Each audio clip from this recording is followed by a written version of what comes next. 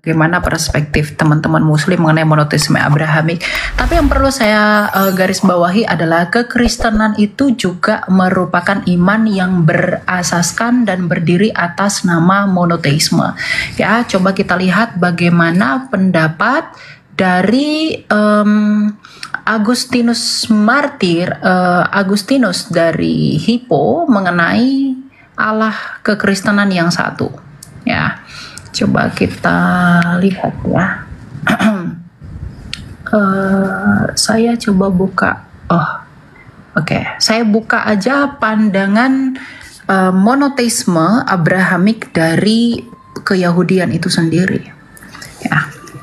Nah, jadi kalau kita bisa mengerti di sini, kita bisa lihat data ini. Specific person the Trinity can be distinguished easily in some verses of Genesis. Kalau kita melihat bahwa bahkan di dalam kitab Kejadian pun iman Abrahamik itu memang mengacu kepada Allah yang esa atau Allah yang satu. Kekristenan dengan jelas dan gamblang kita mengakui iman yang satu. Tapi kesatuan Allah itu yang bagaimana? Nah, tadi kalau Bang Zuma mengatakan monoteisme yang mereka yakini itu adalah satu pribadi Tuhan, tetapi nampaknya iman Yahudi dan kekristenan itu mulai punya perspektif yang berbeda. Ya, coba kita lihat bagaimana pandangan Yahudi sendiri mengenai kata Ha Elohim di sini. Ini buku dari Jewish Trinity dari Yoel Nathan, ya, seorang Yahudi. Nah, Ha Elohim is a Hebrew from meaning all the gods. When referring to Yahweh, Ha Elohim denotes the person of the Trinity. Ya. Kemudian DOT mentions that these people saw or told to Ha Elohim the Trinity. Enoch dalam Genesis, bahkan Abraham pun begitu. Nah, kalau kita melihat Abraham menyangkut argumentasi dari Bang Zuma tadi yang mengatakan bahwa Abraham itu mengajarkan satu pribadi Tuhan. Tetapi kalau kita melihat di sini di dalam kitab Kejadian, ya, yang merupakan sumber utama yang mengungkap siapa itu Abraham dan tertua, di sini mengatakan Abraham said God's Elohim. They caused me to wonder, itu adalah bentuk plural from my father's house dalam Kejadian 20 ayat 13, ya. Jadi di dalam Kejadian itu sendiri memang Abraham itu mengaku Allah itu esa, tetapi keesaan Allah itu adalah sebuah misteri yang tidak dapat dijelaskan, ya, dan itu tentu saja berkaitan dengan misteri Allah di dalam kata-kata iman Ibrani itu sendiri, dan itu nanti akan kita lanjut ke Trinitas, gitu, ya. Ini, nah, di dalam Trinitas kita bisa melihat bahwa Tuhan itu dalam pengakuan iman kekristenan kita selalu mengaku, misalnya dalam pengakuan iman Nisea, bahwa kita percaya Allah itu esa, tetapi keesaan Allah itu bisa dijelaskan yang dijembatani melalui pemahaman Trinitas. Jadi melalui Trinitas kita bisa mengetahui bagaimana dan seperti apa Allah kita yang satu itu.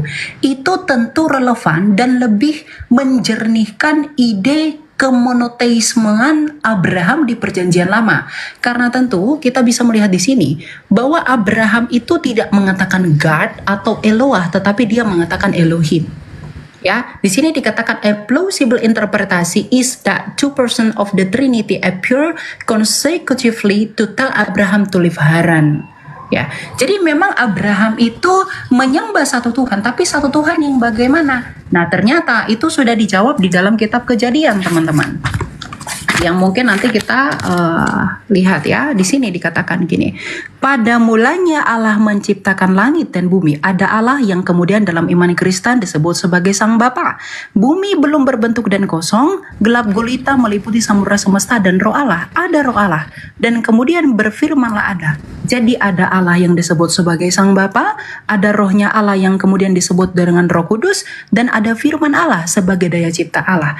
Jadi meskipun Abraham mengajarkan iman monoteisme dan di dalam Perjanjian Lama ide mengenai Trinitas itu sudah ada dan prinsipnya sudah ada, tetapi hanya kekristenan yang secara sempurna mengelaborasi kebagaimanaan Allah itu sesuai dengan sabda Tuhan kita Yesus Kristus dalam Matius 28 ayat 19 yang berkata, baptislah mereka dalam nama Bapa dan Anak dan Roh Kudus. Ya, jadi monoteisme Abraham itu dilanjutkan oleh kekristenan tapi dengan konsep dan pemahaman yang lebih sempurna. Begitu. Ya. Silakan. Oke. Masih ada kayaknya waktunya ya? Enggak, sudah. Sudah habis. Ya, silakan. Betul. Jadi kalau berbicara mengenai konsep ketuhanan, monotheism, itu tidak akan pernah kemudian berubah menjadi 3 atau berapapun. Yang namanya monotheism itu segala aspek yang ada pada dirinya itu harus merujuk kepada hakikat yang satu itu. Memang dikenal dalam tradisi Yahudi sama seperti di Islam. Beberapa kemudian kajian di Islam, misalnya dalam surat Taha, Allah menerangkan bagaimana dirinya, Allahu la ilaha illahu, lahu al-asma'ul husna, dan seterusnya. Bagaimana kemudian Allah menyatakan diri, Tuhan yang satu ini menyatakan diri dengan berbagai macam-macam sifat yang ada pada dirinya. Dan kita kenal di dalam bahasa Ibrani juga ada Eloah, kemudian ada Elohim, ada Elohai, kemudian ada lagi yang disebut Saddai, sifat, dan seterusnya. Bukan berarti nama-nama ini merujuk kepada berbagai pribadi, membagi diri, dan seterusnya. Karena pencipta langit dan bumi namanya monotheism, berarti dia menganut ajaran satu tauhid. Seperti misalnya ketika kita berbicara mengenai Yod-Heh-Vav-Heh, seperti di dalam kitabnya saudara-saudara kita Yahudi, bagaimana mereka memperkenalkan Ehye atau Yod-Heh-Vav-Heh atau Hasem yang mereka kenal kemudian. Itu tidak merujuk kepada hakikat yang 2 atau 3, tapi merujuk kepada satu hakikat saja. Ini yang perlu dipahami. Sehingga ketika kita berbicara mengenai ajaran Abraham memperkenalkan Tuhan. Hanya satu Tuhan, hanya satu pribadi, satu hakikat. Bukan menjadi berbagi-bagi nantinya. Dan itu dianut sampai hari ini oleh orang-orang Yahudi. Ketika mereka mengatakan Vayomer Elohim El Moshe, Ehye Esir Ehye, itu tidak merujuk kepada nanti berbagi-bagi pribadi. Ada yang seperti menjadi anak, ada yang menjadi Roh Kudus. Itu tak ada itu dalam ajaran monotheism. Itu ajaran yang muncul belakangan. Kenapa demikian? Karena di dalam kitabnya orang Yahudi itu yang menjadi tonggak akidah mereka utamanya di dalam 2 Samuel 7:22 misalnya. Tuhan itu maha tinggi sehingga dia tidak rendah. Karena kapan dia turun rendah, maka dia akan serupa dengan makhluk. Dia akan serupa dengan makhluk. Karena dia serupa dengan makhluk, maka dia akan dipersamakan dengan makhluk. Dengan demikian maka tauhid itu gugur, satu Tuhan itu gugur karena dia serupa kemudian dengan makhluknya. Apabila Tuhan itu sudah serupa dengan makhluk, maka dia tidak layak disebut Tuhan. Dia layaknya disebut dewa-dewa gitu. Nah, makanya saya mengatakan, ketika berbicara mengenai Tuhan, Tuhannya Abraham memperkenalkan kemudian pencipta langit dan bumi, itu cuma satu. Cuma satu.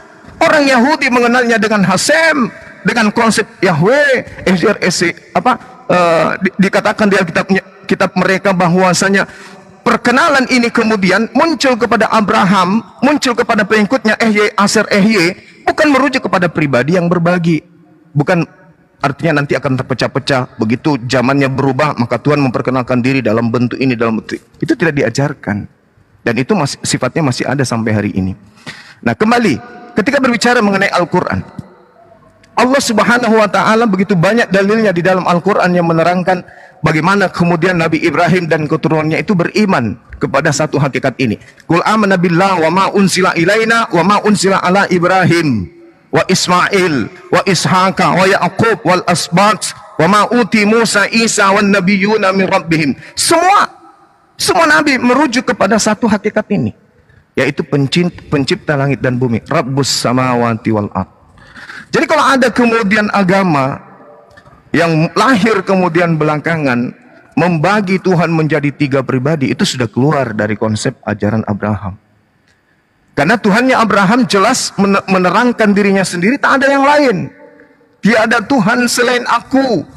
Akulah yang terdahulu, akulah yang terkemudian. Tidak ada Tuhan yang menyertai aku, tidak ada sesuatu pun yang bersama dengan aku. Akulah sendiri, aku sendiri, tak ada yang lain. Nah, kalaupun kemudian ada terpecah, itu sifat. Maha pengampun, maha kuasa, maha suci, maha tinggi, itu sifat. Tapi merujuk kepada hakikat yang satu. Bukan berbilang menjadi objek baru, menjadi individu baru, menjadi ciptaan baru. Itu tidak ada. Konsep Abraham itu tidak begitu. Tapi kalau adik Elia tadi menjabarkan seperti itu, konsep yang ditanamkan kemudian untuk dicocokkan kepada akidah. Akidah siapa? Akidah Kristen. Tapi apakah itu cocok ketika merujuk kepada akidahnya Abraham? Apa polanya kemudian? Di mana kita bisa mengambil pola itu? Seperti yang dijelaskan tadi. Ada nggak di ajaran Abraham tuh polanya kayak begitu? Tak ada. Paling Kejadian 1 nomor 26. Oke, udah. Iya, silakan. Udah Bang Zuma. Oke, sip. Oke. Ya. Oke, jadi kita mulai dulu ya sebentar. Ya. Udah ya? Oke. Nah, kalau kita merujuk kepada argumentasi Bang Zuma, ini saya catat dua hal ya. Satu, dalam segala aspek ehye asyir ehye tadi ya. Satu, monoteisme itu artinya satu dalam segala hal.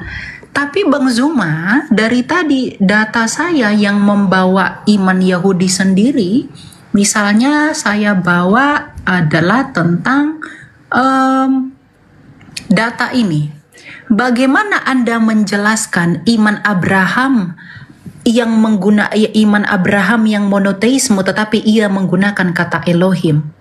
Dan yang kedua, bagaimana Anda menyelaraskan satu dalam segala aspek di dalam kealahan yang esa kalau Musa sendiri nge-recounted how all the gods ha Elohim? Bagaimana Anda menjelaskan misteri pluralisme Tuhan di dalam keesaannya ini kalau tadi Anda mengatakan bahwa dia satu dalam segala aspek? Ingat, Abraham sekalipun dia tidak menggunakan kata God, tetapi menggunakan gods. Itu artinya plural di dalam keesaan itu. Plural verb.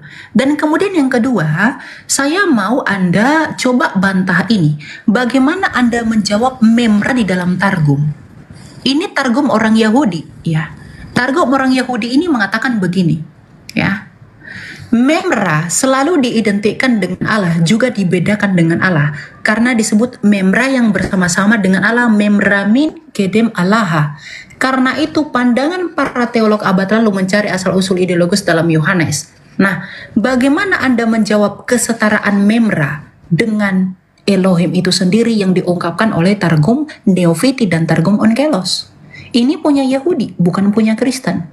Sebelum perjanjian lama ada, sebelum ide Trinitas lebih jelas ada di dalam perjanjian baru, iman Yahudi sudah secara misteri mengungkapkan kebagaimanan Allah yang satu. Makanya tidak menggunakan kata Yahid, melainkan kata Ehad.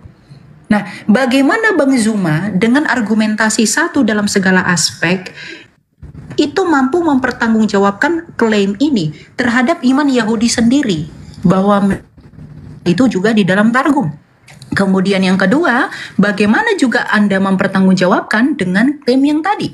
Misalnya, Abraham itu tidak menggunakan kata God, yang artinya satu tunggal secara mutlak, tetapi gods atau Elohim, yang penuh misteri di dalamnya. Nah, ini yang harus Bang Zuma jawab. Berikan saya literasi untuk menjelaskan ini, bahwa kata gods di sini itu melingkupi kepada satu pribadi dan satu kemutlakannya tanpa penjabaran. Nah, kemudian yang kedua itu mengenai ehye. Nah, di sini Bang Zuma salah mengertikan ehye asyir ehye.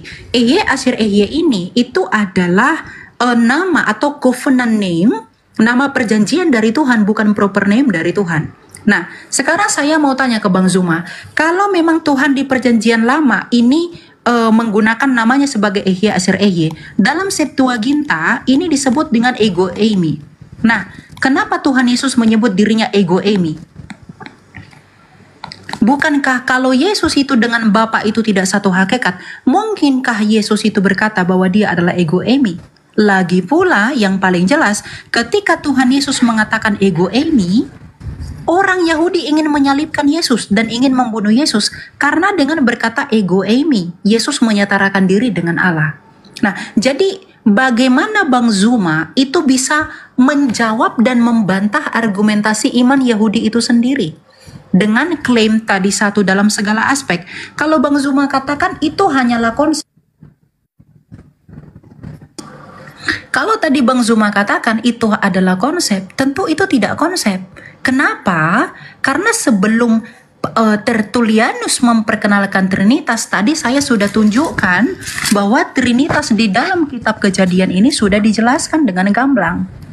Nah, jadi saya mau bagaimana Bang Zuma mempertanggungjawabkan monoteisme Abrahamik itu dimutlakkan satu dalam segala aspek, berkaitan dengan klaim Abraham itu tidak menggunakan God tetapi gods dan Elohim. Dan yang kedua, bagaimana Anda menjawab bahwa Ehye Aser Ehye juga ternyata digunakan oleh Tuhan Yesus. Yesus juga menggunakan ungkapan keilahian. Kalau dia tidak sehakikat dengan Bapa, mungkinkah Yesus menggunakan Ehye Aser Ehye yang dalam bahasa Yunani disebut ego eimi yang juga dipakai Tuhan? Dan buktinya juga orang Yahudi ingin menyalibkan Yesus dengan menyebutkan ego eimi. Begitu. Coba bagaimana penjabarannya? Silakan. Gitu ya. Sudah selesai. Silakan Bang Zuma. Oke.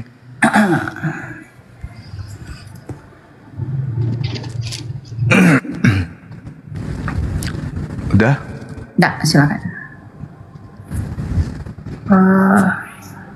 Kok belum ada ya? Tunggu. Oke. Ya, silakan. Oke. Jadi kalau hanya berdasarkan ego eimi, Paulus pun mengatakan kata ego eimi. Tergantung konteks. Yesus mengatakan ego eimi bukan berarti dialah Tuhan itu. Dia ditanya tentang siapa yang menyembuhkan, siapa anak tukang kayu, siapa Mesias itu. Ego eimi, akulah dia. Bukan berarti siapa pencipta langit dan bumi itu adalah aku. Tidak. Contoh misalnya, pembulatannya ada dalam 1 Korintus 15 nomor 28. Yang saya katakan tadi, Ehye Aser Ehye. Yesus sebagai apa di sana?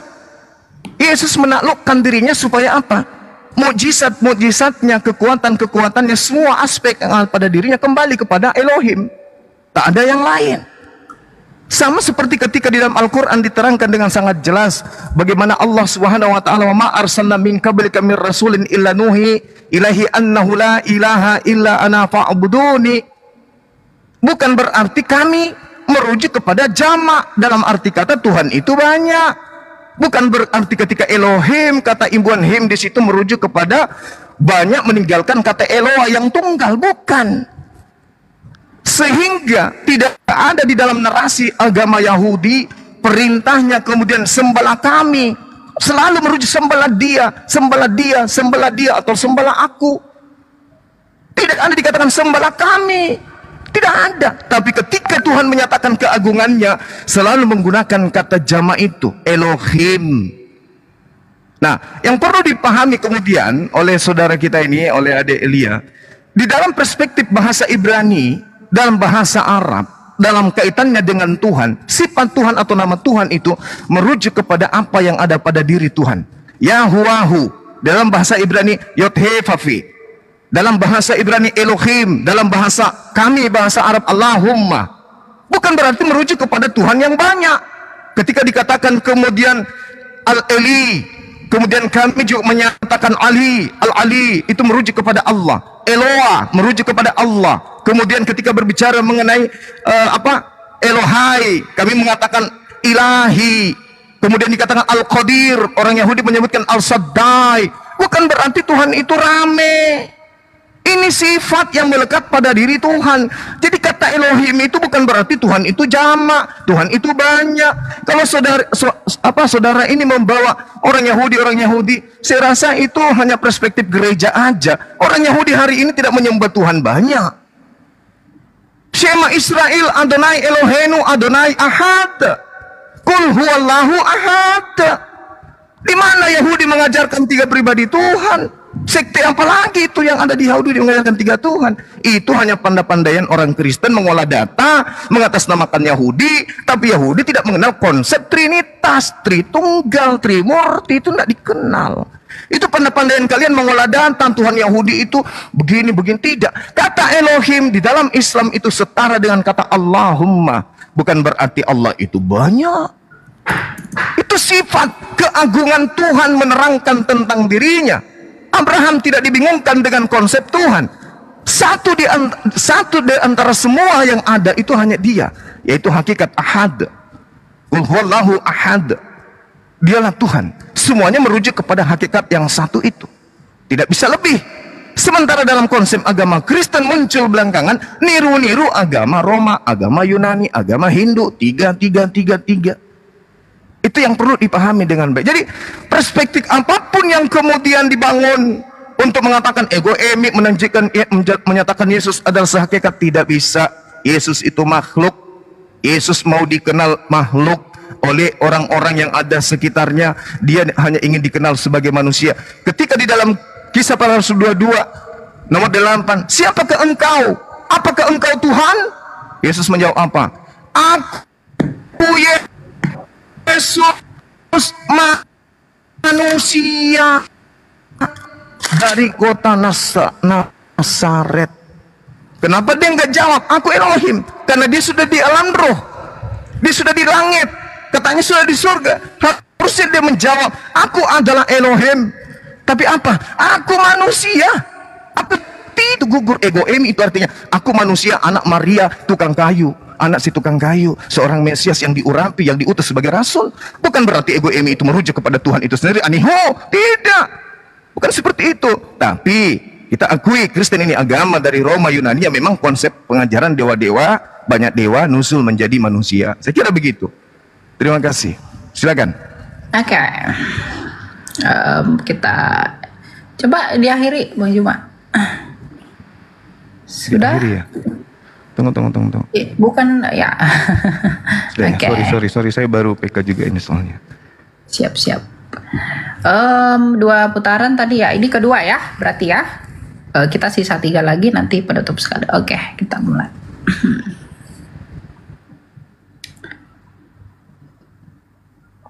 Oke, ya. Yang pertama tentang ego emi, bahwa Rasul Paulus juga menggunakan ego emi. Yang kedua Elohim, Tuhan banyak. Yang ketiga Tuhan Yesus adalah makhluk ya. Yang pertama ego emi. Kalau memang Rasul Paulus mengatakan bahwa dia adalah ego emi, lalu adakah orang Yahudi yang ingin membunuh dia karena dia menyetarakan dirinya dengan Allah? Lalu kenapa Yesus dengan berkata ego eimi dan klaim dari dirinya, lalu Yesus itu ingin dibunuh oleh orang Yahudi karena dengan berkata demikian ia menyamakan dirinya dengan Allah? Itu yang pertama. Kemudian yang kedua, mengenai Elohim itu adalah Tuhan yang banyak. Nah, saya tidak menyatakan bahwa Elohim itu merujuk kepada Tuhan yang banyak, tetapi Elohim itu merujuk kepada uncompounded singleness dari keesaan Allah itu. Bagaimana penjabaran Allah yang esa itu dijelaskan oleh kata Elohim itu tadi. Dan ternyata ya iman Yahudi pun mengakui itu. Nih, sementara saya tunjukkan ya. Bahwa Tuhan itu, ini tadi yang saya selalu membawa ini ya, biar Bang Zuma itu coba bantah saya dengan data ya. Ini, coba ini Bang Zuma diperhatikan. Demala Yahweh di dalam Keluaran 3 ayat 2 ya, Exodus said he was the El Shaddai. El Shaddai ini bukan nama orang sembarangan, karena El ini Elohim who appeared to the Patria dalam Kejadian 17 ayat 1. Nah, lalu kenapa malah Yahweh ini juga disebut sebagai Yahweh kalau memang Tuhan, kalau Allah itu hanya satu mutlak secara tunggal dalam pribadinya? Bagaimana Bang Zuma menjawab ini? Kemudian yang kedua, yang mau saya concern itu adalah tadi Bang Zuma sama sekali tidak menjawab atau membantah mengenai memra yang di dalam Targum. Bang Zuma kalau katakan ini buatan orang Kristen, mohon maaf, Anda boleh cek Targum Neofiti dan juga Targum Onkelos. Kenapa memra dan juga Elohim itu setara dalam hal ini? Kalau memang memra dan Elohim itu tidak setara, lalu kenapa di dalam Targum itu dikatakan setara? Dapat dibedakan tetapi satu dalam hakikat dan itu setara ya. Memra ini adalah bahasa Aram dari firman, dan ternyata iman Yahudi ini digenapi di dalam iman kekristenan dengan sempurna.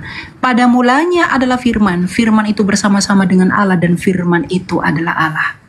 Firman itu hakikatnya adalah Allah. Maka iman kekristenan ini yang muncul belakangan dari iman Yahudi itu menggenapi tulisan-tulisan yang ada di dalam misteri iman Yahudi.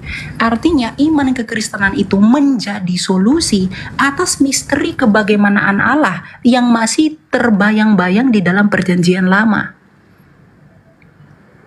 Nah, Makanya kalau tadi Bang Juma katakan Yesus itu adalah makhluk, Yesus itu adalah firman Allah yang menjadi manusia, Yohanes 1 ayat 14. Nah, kalau firman itu adalah Allah, dan kalau firman itu bersama-sama dengan Allah, dan firman itu adalah Allah, artinya kami itu memonoteisme Allah. Coba kalau Bang Juma saya tanyakan, kalau misalnya firman Allah itu bukan Allah, apakah firman Allah itu kekal? Kalau firman Allah itu kekal, berarti kalau firman Allah itu bukan Allah, berarti ada berapa yang kekal? Ada 2 yang kekal. Berarti sebenarnya bukan monoteisme. Kalau firman Allah bukan Allah, tapi iman kekristenan dengan sempurna, firman Allah adalah Allah. Artinya kami memonoteismekan Allah. Kalau di dalam iman Bang Zuma, firman Allah bukanlah Allah, dan firman Allah itu kekal dan Allah itu kekal, ada berapa Allah? Berarti ada lebih dari 1 Allah. Ya, jadi coba bagaimana Anda menjawab pertanyaan saya tadi, dan juga bagaimana konteks ketika Kristus itu mengakui dirinya sebagai ego eimi lalu orang membunuh dia. Rasul Paulus bukan orang yang mau dibunuh. Rasul Paulus dulunya adalah pembunuh. Ya, makanya iman kami Trinitas itu sama sekali tidak berbicara tentang jumlah-jumlah Tuhan. Itu dibuktikan dari apa? Ini. Ya, tulisan dari Yohanes dari Damaskus di abad ke-7 yang menentang Saracen. Ya, ini dikatakan the Trinitarian belief of John of Damascus. Yohanes dari Damaskus, faith is the third part of his life work of his founder Naulesus, which has written around 743 after day. Ya, nah jadi bagaimana Bang Zuma bisa menjawab ini? Jadi klaim yang tadi Bang Juma sampaikan ternyata itu berbenturan sendiri dengan literasi keyahudian itu sendiri. Coba saya mau data yang menentang memra dalam Targum ini. Dan tentang prinsip linguistik ini tadi yang saya bawa, iman Abraham ini. Ya. Coba ini dijelaskan bagaimana menilainya gitu. Ya, silakan. Dah. Ya. Sudah ya? Oke, sebentar. Oke, terima aja. Iya, baik. Jadi kalau dalam hal yang saudara saya katakan itu, dalam Targum itu, sederhana bagi kami umat Islam. Innama amruhu ita arada syai'an ayyakula lahu kun fayakun. Mazmur 33 nomor 9. Itu datanya. Saya nggak perlu nunjukkan. Yesaya 55 nomor 11. Itu terjawab semua. Tuhan ketika ingin mengadakan pribadi baru di luar dirinya, cukup berfirman. Memberi perintah semuanya jadi. Memberi titah semuanya ada. Mazmur 33 nomor 9. Begitu juga dalam Al-Quran. Innama amroh, ketika Allah punya urusan ingin mengadakan sesuatu, cukup mengatakan jadi. Yesaya 55 nomor 11. Segala yang keluar dari Tuhan tidak akan kembali dengan sia-sia sebelum yang keluar dari mulutnya itu terjadi. Tuhan menginginkan Maria hamil. Tuhan cuma berfirman. Gabriel datang ke wanita itu, aku mau dia hamil, melahirkan anak. Jadi, pada mulanya adalah firman. Pada mulanya adalah keinginan. Keinginan ide Tuhan bersama-sama dengan Tuhan. Itu sifat. Tapi Yesus ini bukan firman. Yesus ini daging. Firman itu menjadi daging, jedar. Jadi daging dia.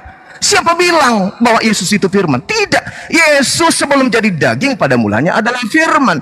Alam semesta ini sebelum jadi bumi pada mulanya adalah firman. Tuhan menciptakan segala sesuatunya dari firman. Jadi tidak ada kemudian asas yang bisa kita anulir dalam logika sehat. Yesus itu firman. Matius 4 nomor 4. Manusia hidup bukan dari daging saja, dari roti saja, tapi dari setiap firman yang keluar dari mulut Tuhan. Firman keluar dari mulut Tuhan. Gabriel sampaikan ke Maria, aku ingin dia hamil. Yesus adalah firman yang keluar dari mulut Tuhan. Makanya Yohanes 1 nomor 14, firman itu telah menjadi daging. Jadi Yesus. Itu yang pertama. Kemudian yang kedua, ketika saudara adik ini mengatakan, mana dalilnya Yesus Paulus ingin dibunuh? Banyak bergejibun dalam kitab saudara. Kisah para Rasul 23 nomor 12. Orang-orang Yahudi bersumpah. Mereka tidak mau makan, mereka tidak mau minum sebelum membunuh Paulus. Karena Paulus mengajarkan sesuatu yang bertentangan dengan akidah mereka. Mereka bertentangan. Kisah para Rasul 21. Paulus kemudian bertobat dari mengajarkan akidah Kristen, akidah Trinitas. Itu ada Ada dalilnya, lengkap dalam kitab saudara sendiri. Kemudian menurut catatan saya, Yohanes 1 nomor 1 yang tadi udah selesai. Kemudian ketika berbicara mengenai Yesus, kenapa dia ingin dibunuh? Yesus klarifikasi seketika itu juga. Apa kata Yesus? Stop. Yohanes 10. Bukankah di dalam kitab Taurat mau dikatakan siapapun yang diserahi tugas untuk menyampaikan firman, maka dia adalah Allah. Yesus mengaku Allah karena dia penyampai firman. Bukan berarti Yesus itu adalah Allah itu sendiri. Sehingga ajaran tauhid yang diajarkan oleh Abraham tidak bisa diganggu oleh Kristen. Kristen memiliki pola sendiri. Sekuat apapun Kristen mengais kata Elohim, kata Eloah dan seterusnya, tidak akan pernah bisa selesai. Nanti habis sesi ini saya akan bahas tentang Shaddai, nama Tuhan itu yang kaitannya dengan Elohim. Tapi yang pasti, saudara saya, sekuat apapun kalian, sudah 2000 tahun, kalian tidak pernah kemudian satu tempat ibadah untuk menyembah kepada hakikat yang sama. Karena kenapa? Sembahan Kristen berbeda, sembahan Yahudi berbeda, sembahan yang diajarkan oleh Nabi Abraham, Ishak dan Ismail itu berbeda dengan sembahannya orang Kristen. Mau tidak mau, suka ataupun tidak, itulah kenyataannya. Nah, kemudian, apa bukti pembedanya? Ya tadi itu.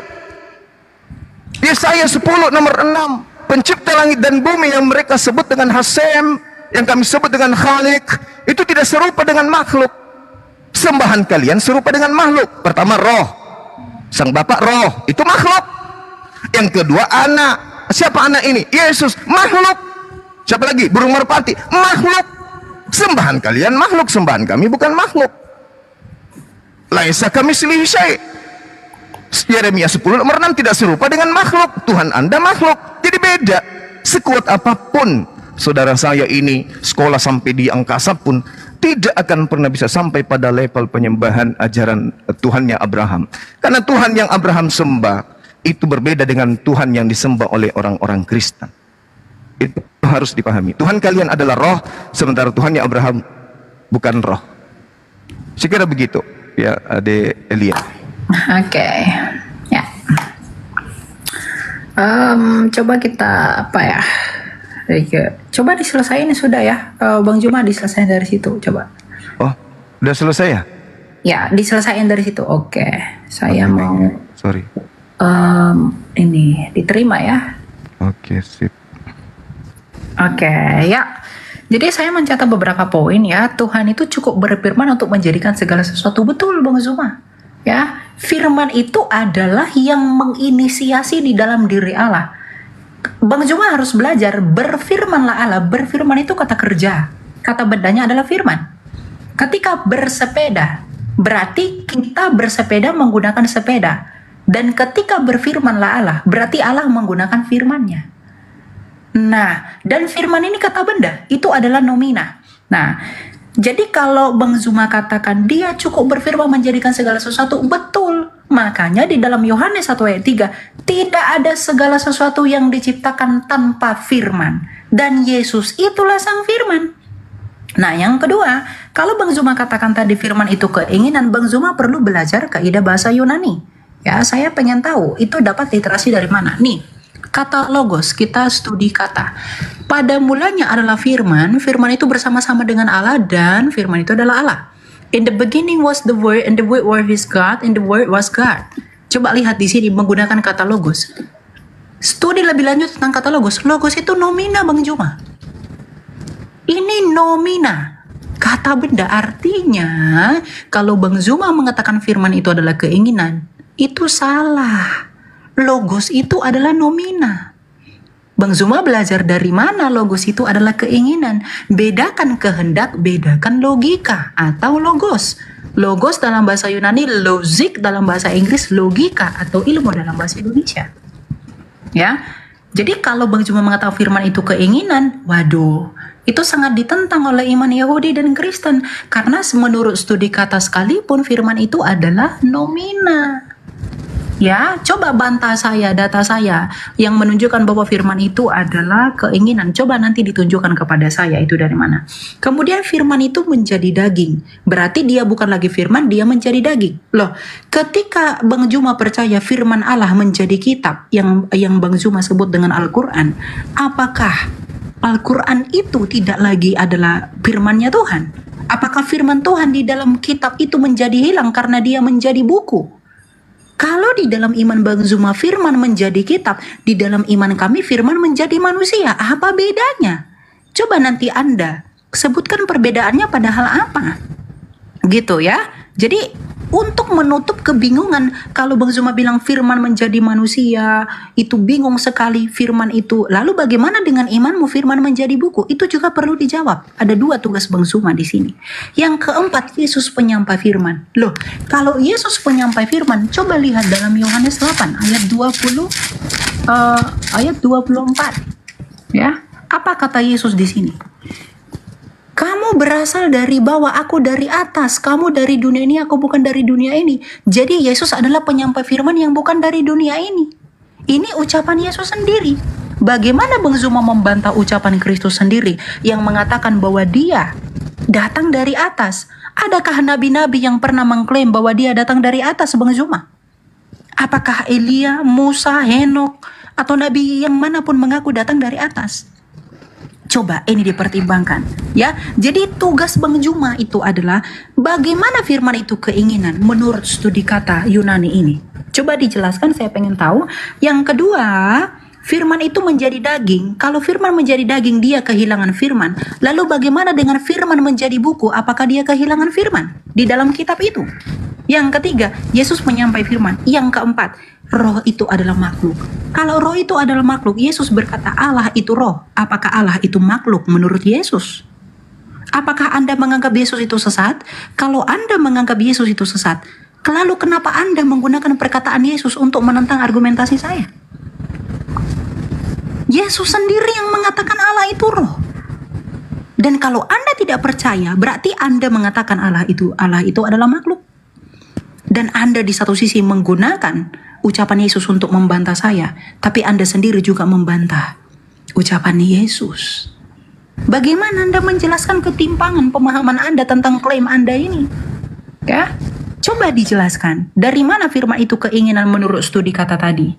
Lalu firman menjadi daging, bagaimana dengan iman Anda? Firman menjadi buku. Apakah dia kehilangan firman?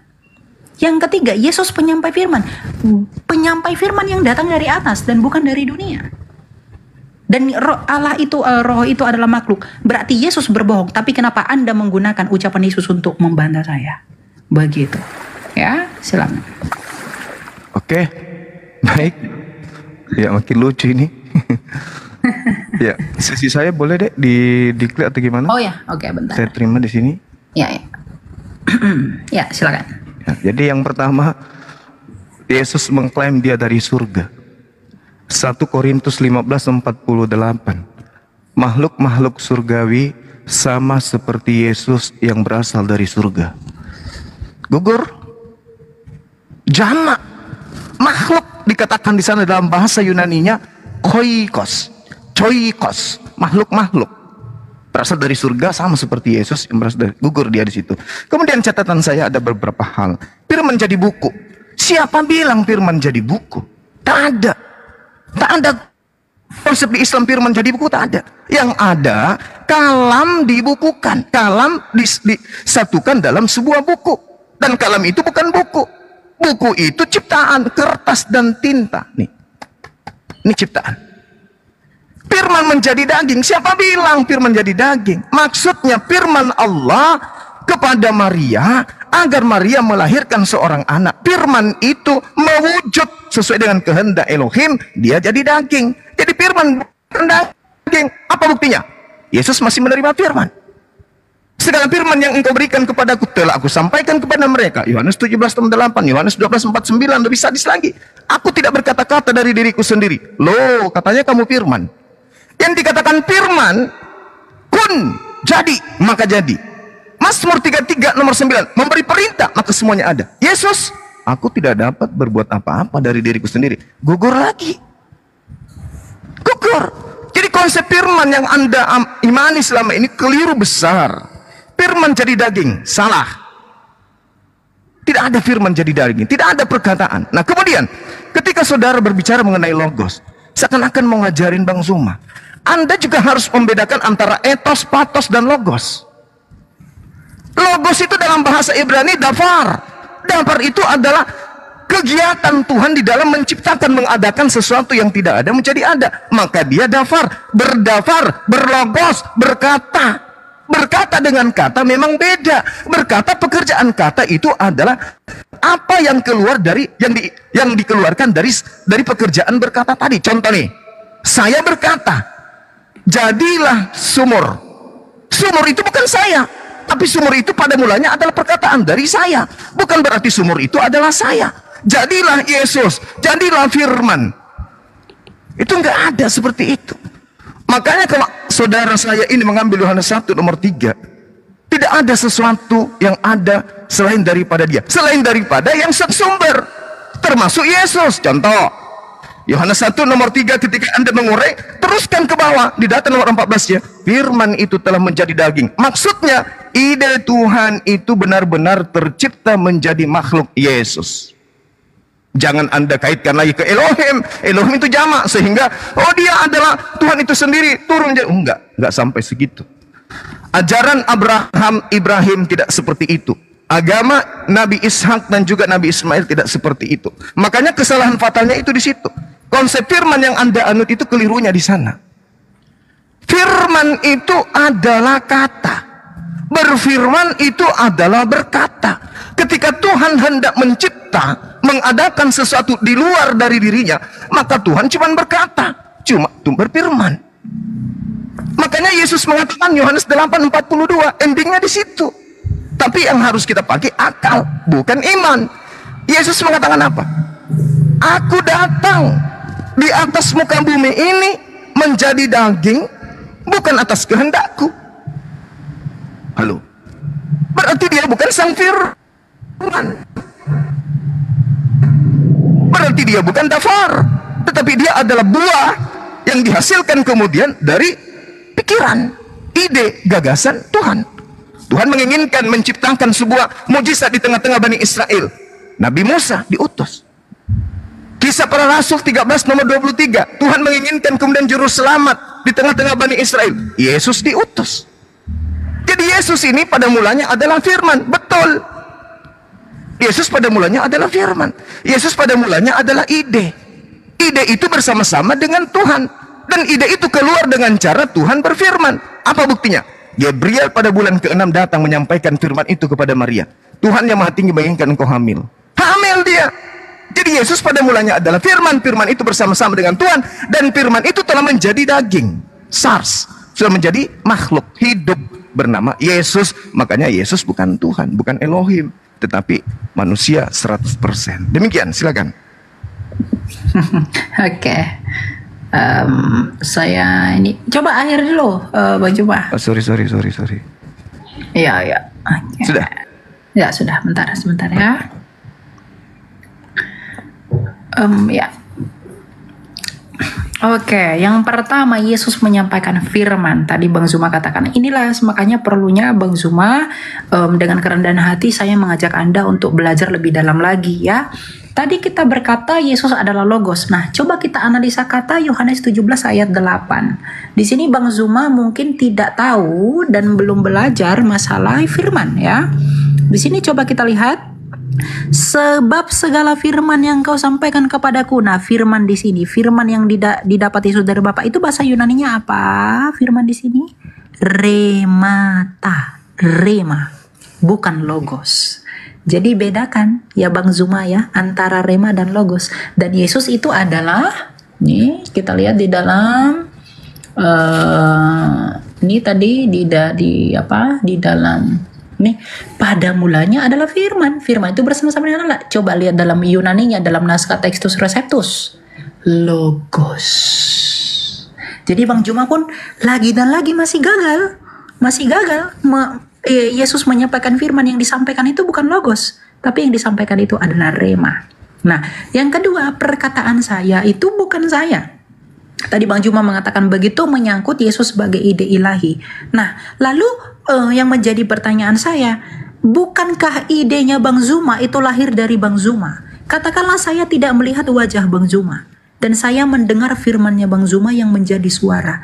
Artinya saya bisa mengenal Bang Zuma melalui firmannya Bang Zuma yang menjadi suara. Nah, kita pun bisa mengenal Allah yang tidak kelihatan melalui firman-Nya yang menjadi manusia. Dia tidak kelihatan, maka dia memperkenalkan dirinya dengan imanen atau kelihatan ke dunia. Sebab Yesus adalah gambaran Allah yang tidak kelihatan. Kolose 1 ayat 15. Nah, masalah Yohanes 1 ayat 3, dia itu ciptaan. Mohon maaf, coba kita lihat dalam Yohanes 1 ayat 3. Kita baca dengan teliti. Pada mulanya sudah ada firman. Firman itu bersama-sama dengan Allah dan firman itu adalah Allah. Ia pada mulanya bersama-sama dengan Allah. Segala sesuatu dijadikan melalui firman, dan tanpa firman tidak ada suatu pun yang telah jadi dari segala yang telah dijadikan. Kalau firman itu ciptaan, Bang Juma, kalau firman itu adalah diciptakan, bagaimana mungkin Allah menciptakan ciptaan melalui ciptaannya? Kalau firman itu tidak di dalam diri Allah, Sang Bapa yang Esa itu, bagaimana mungkin hal itu bisa terjadi? Artinya, argumentasi Bang Juma pun saling kontradiksi. Di satu sisi Bang Juma mengakui firman itu di dalam Allah, di satu sisi Bang Juma mengatakan firman itu ciptaan. Berarti di dalam diri Allah yang bukan ciptaan ada yang ciptaan. Itu juga masih salah. Itu logika falasi. Bagaimana Bang Juma menjelaskan kesalahan itu? Ya, jadi kalau firman itu Bang Juma katakan adalah ciptaan, berarti di dalam diri Allah. Tadi Bang Juma mengakui, ya, bahwa ide itu keluar dari Bapa, ide itu keluar dari Allah. Berarti Anda mengakui bahwa di dalam diri Allah ada ciptaan. Masa ciptaan ada di dalam diri Allah yang kekal? Dan ketika firman itu menjadi manusia, Bang Juma perlu tahu dia tidak bertransubstansiasi. Yang tadinya Allah berubah menjadi manusia. Seperti nasi menjadi bubur. Ada bubur, nasinya tidak ada. Bukan begitu. Tapi dia dalam hakikat keilahiannya, dia menambahkan kodrat manusia. Sama seperti Bang Juma tadi, kalam yang dibukukan. Oke, kami pun bisa mengatakan kalam yang dimanusiakan. Tidak ada yang salah. Karena dia menjadi itu bukan berubah substansi Bang Zuma, tetapi dia itu menjadi menambahkan kodrat. Jadi kalau Bang Zuma mengatakan kami tidak mengimani itu, kalam itu menjadi kalam itu dibukukan, kami pun berkata kalam itu dimanusiakan. Ya. Jadi dari tadi argumentasi saya yang bertabrakan, argumentasi Bang Zuma yang bertabrakan tetap dibantah dengan argumentasi juga yang belum jelas. Coba tadi dari studi kata logos di sini, ya, di atas ini kata logos nomina. Bagaimana mungkin Anda mengatakan ini keinginan? Mohon maaf, Bang Juma belajar bahasa Yunani dari mana? Di sumber literasi Yunani mana logos itu adalah keinginan? Kalau itu keinginan, Bang Zuma, berarti itu akan bertabrakan dengan itu sebagai ide ilahi yang di dalam. Ya, jadi Yesus itu adalah firman Allah dan dia kekal di dalam diri Allah, maka itu adalah Allah. Itulah monoteisme yang sejati yang menjelaskan kebagaimanaan Allah yang esa itu. Ya, itu coba dibantah dulu dengan data, ya. Ya, silakan Bang Juma. Mohon siapa tidak nelpon dulu teman-teman. Oke. Ya. Ini kenapa? Gimana Dek? Saya masuk ke sesi berapa ini? Kenapa ya ini saya tunggu sebentar. Ada masalah di apa?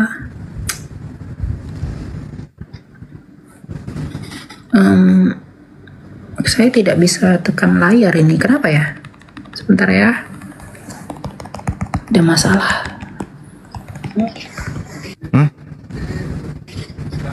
Sebentar ya. Oh gitu. Jadi sesi keberapa ini? Ini mau penutup kayaknya. Bentar. Kenapa ya layar saya? Bentar ya. Jadi masih ini bisa. Kalau saya keluar itu bakal end nggak dianya? Enggak ya? Coba bicara dulu sama admin saya. Kalau dia end, soalnya layar saya tuh kenapa ini mungkin verifikasi? Iya, kita nunggu yang 1 menit 53 detik ini, Kak. Nanti baru dilanjutkan lagi untuk. Enggak, maksud saya itu adalah layarnya saya ini tidak bisa ditekan. Saya juga. Jadi kita tunggu selesai ini yang keterangan putaran kemenangan. Layarnya Bang Zuma juga nggak bisa ditekan ya? Iya benar. Kita selesaikan aja di 1 menit. Ya udah ditunggu aja kalau gitu. Baik. Ya oke. Ya udah, kita tunggu aja ya. Ini apa nanti bisa. Oke. Gitu ya. Jadi itu poin-poin yang saya mau highlight dari poinnya Bang Zuma tadi. Ya, biar jangan blunder. Oke. Ya. Saya sebenarnya penasaran ya bagaimana Bang Zuma itu mengatakan itu keinginan dari studi kata Yunani. Coba nanti saya pengen tahu ya. Itu bagaimana? Iya, jadi kalau berbicara mengenai logos, rema, logos itu merujuk pada sifat yang melekat, kemampuan daya cipta Tapi yang ada ini pada diri. nomina Bang. Dia bukan akusatif atau datif atau genitif. Terus kalau rema? Kalau rema itu juga coba kita lihat ya. Saya buka di sini ya. Itu dia. Jadi pembedanya itu cuma di situ antara rema, logos itu di situ. Coba nih, coba lihat Bang. Di sini rema itu juga nomina, tapi dia itu dalam dia, makanya. pengertian perkataan. Perkataan, ucapan, Ya. lisan. Nah kalau logos, Ya, betul. Kalau logos itu yang mendasari perkataan itu, yang menyebabkan perkataan itulah itu yang ada. saya katakan sifat tadi. Itu adalah Itulah yang logos. saya katakan sifat. Jadi ibaratkan mulut, itulah mulut. Sementara rema itulah yang keluar dari mulut. Itu maksud saya. Antara logos dan rema. Ini kok nggak bisa Seperti tetap itu. ya? Ayo kita mulai lagi. Masih nggak bisa nggak sih? Udah bisa ya? Jadi Masih gimana? belum. Oh, Layarnya juga ketutupan. Sebentar. Kalau saya turun dulu gimana ya? tinggal diterima, Dek. Udah Iya, kayaknya kirim. ini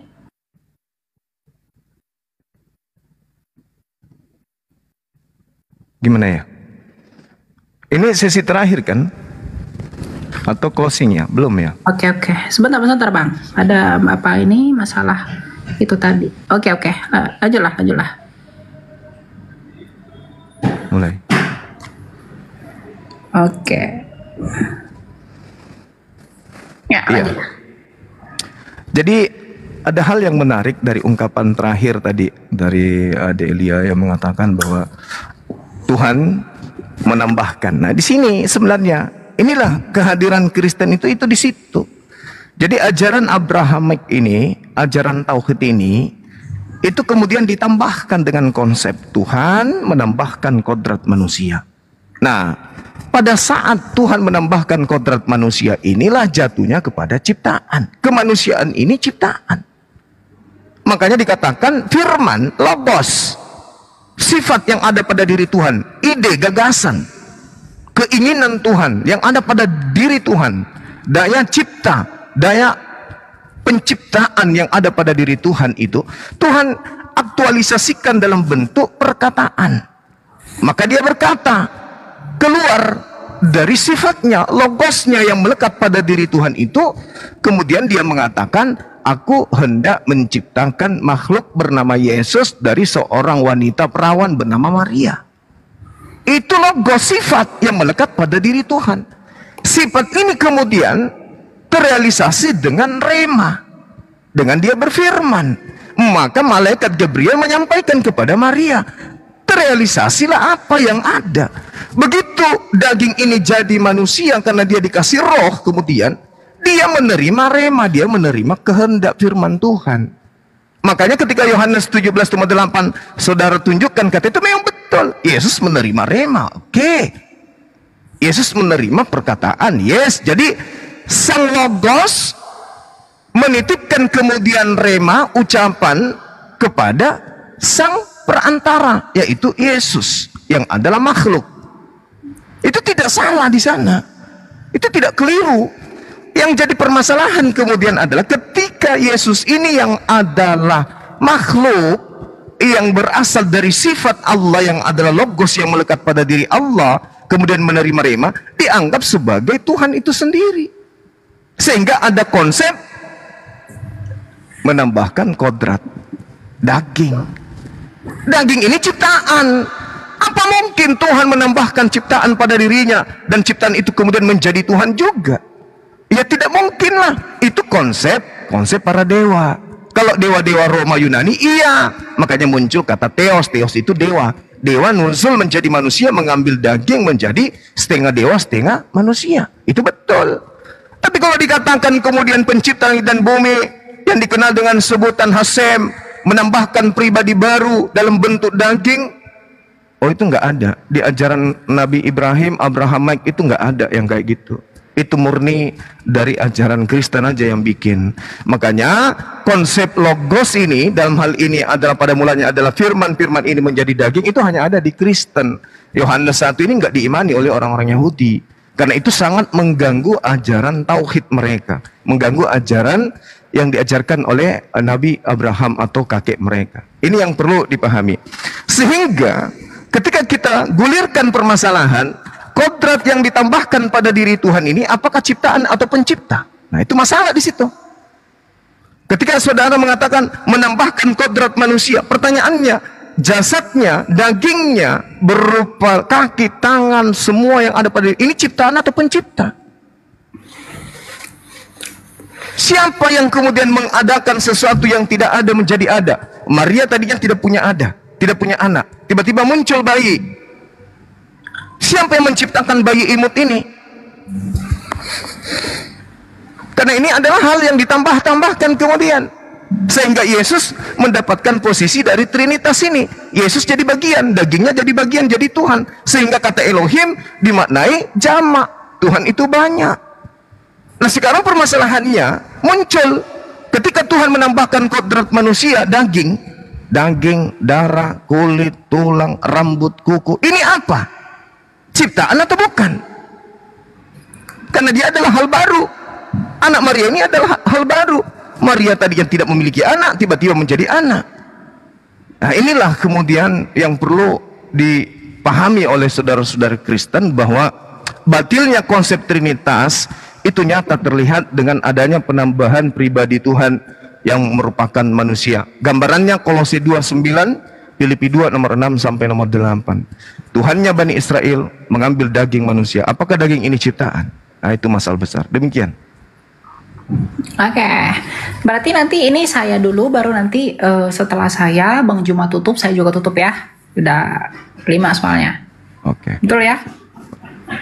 Oke, ya. Oke, saya harap teman-teman dapat manfaat ya dari apa yang kita sampaikan. Jadi teman-teman, kesimpulan itu tetap ada di dalam penonton ya. Kita itu diskusi saja by data, dan Anda yang menimbang sendiri saja gitu. Oke, kita lihat. Oh, sebentar. Dikirim deh kayak tadi. Oke, ya. Oke. Sudah? Yes. Oke, ya. Puji Tuhan ya.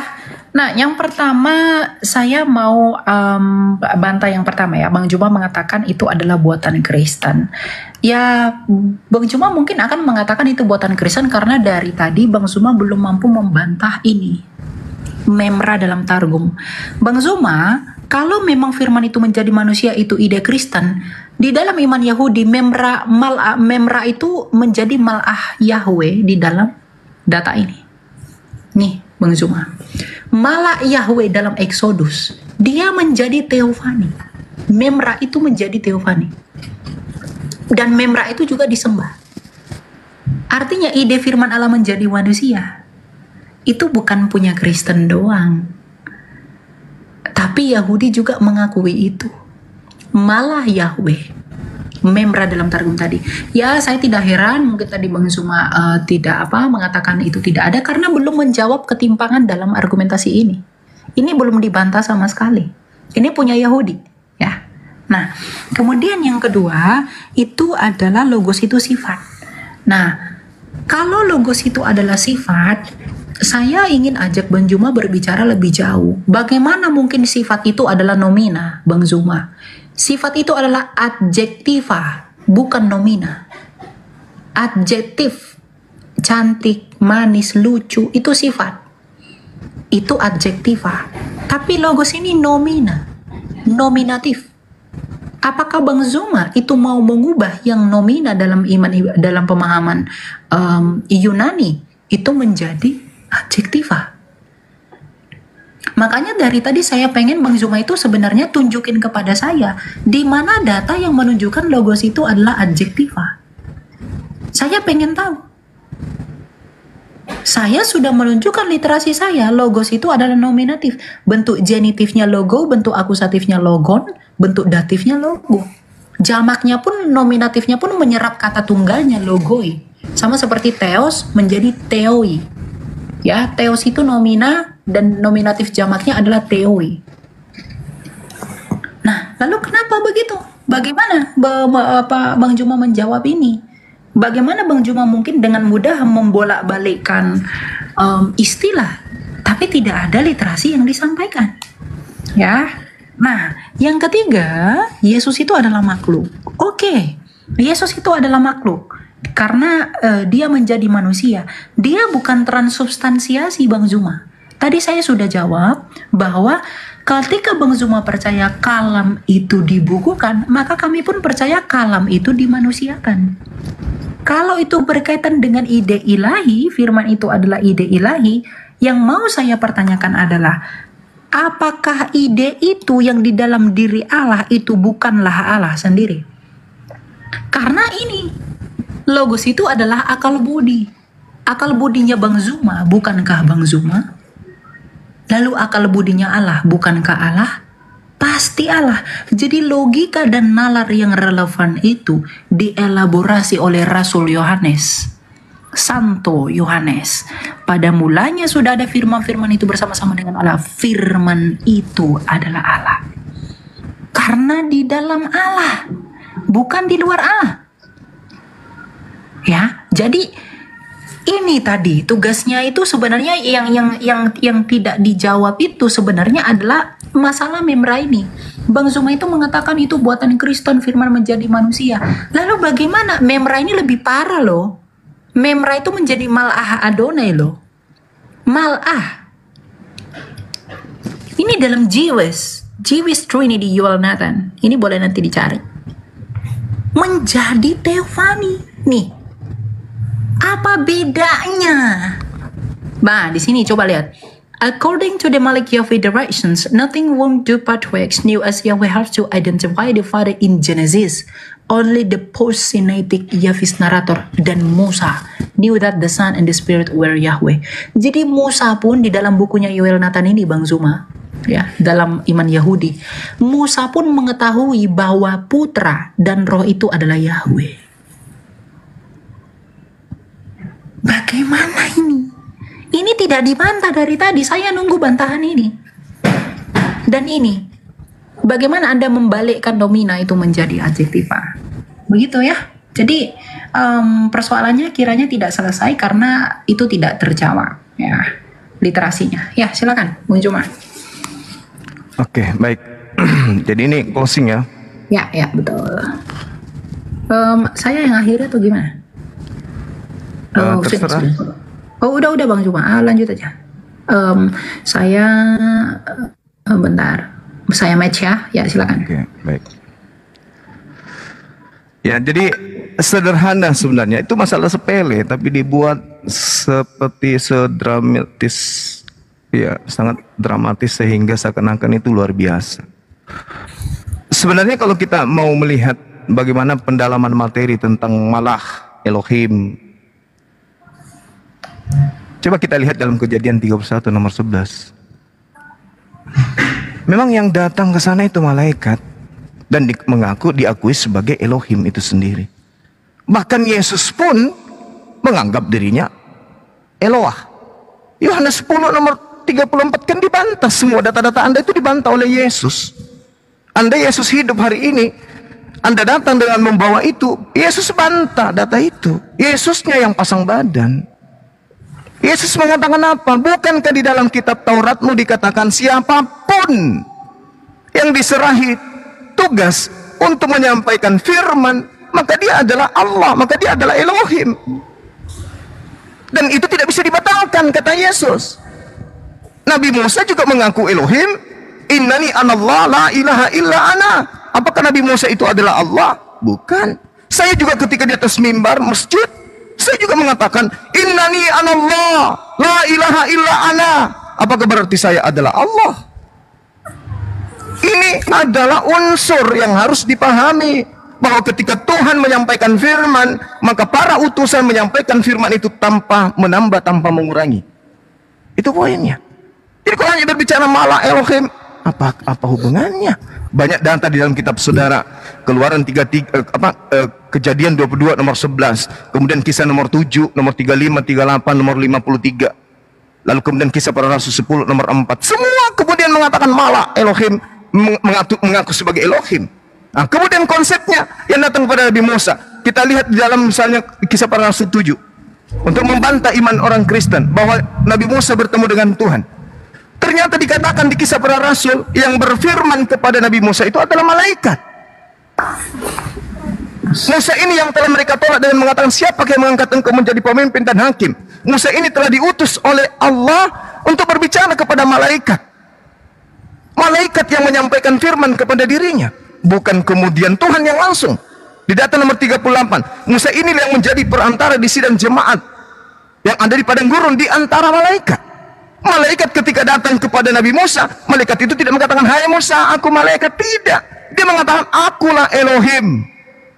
Bukan berarti malaikat itu Tuhan, tidak. Inilah yang perlu pendalaman materinya agak-agak diangkat sedikit, supaya jangan terus-terusan sama pengajaran paganisme Roma Yunani.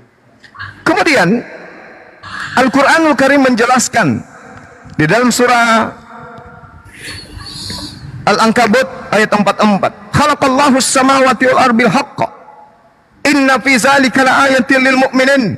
Allah menciptakan langit dan bumi dengan hak, dengan kebenaran. Lalu kemudian sungguh pada yang demikian itu pasti terdapat tanda-tanda kebesaran Allah bagi orang-orang yang beriman. Itu sama ketika Tuhan menyatakan dirinya sebagai As-Saddai kepada Bani Israel. Tidak ada bedanya. Kemudian kalau Anda melihat di dalam kitab Kejadian 35 nomor 11, itu sangat jelas, itu dikatakan di sana, wa yomer Elohim ini El Saddai, dan seterusnya. Itu sama. Lagi firman Allah kepadanya, akulah Allah yang maha kuasa, akulah Tuhan pencipta langit dan bumi, beranak cuculah yang, dan itu sama, akulah yang menciptakan semuanya. Sama ketika Tuhan mengatakan Bereshit bara Elohim, Elohim bukan berarti jamak di sana, tetapi Elohim sedang menyatakan dirinya sebagai pencipta langit dan bumi. Sama seperti ketika di Al-Quran, kami yang mewahyukan, kami juga yang menjaga. Bukan berarti kami itu jamak. Jadi kita orang Indonesia tidak boleh memahami kandungan kata bahasa Ibrani yang digunakan oleh Tuhan berfirman kepada para nabi, dan juga bahasa Arab yang digunakan oleh Allah, Tuhan pencipta langit dan bumi, berfirman kepada Nabi Muhammad. Salah kita. Kita harus kembalikan kepada sumber bahasanya. Sekarang ketika Tuhan mengatakan Elohim kepada Abraham, kepada Nabi Musa, apakah orang Yahudi menyembah Tuhan-Tuhanan? Apakah orang Yahudi punya banyak Tuhan? Tidak. Ketika Tuhan berfirman kepada orang Arab, Nabi Muhammad dengan mengatakan kata nahnu, apakah orang Arab punya banyak Tuhan? Tidak. Nah, inilah yang kemudian ingin saya katakan, bahwa pada kesimpulan ini, agama tauhid itu hanya punya satu Tuhan, tidak ada ditambahi kodrat manusia, ditambahi kodrat burung merpati. Itu jelas. Saya kira begitu, Ade Eli. Ya, terima kasih.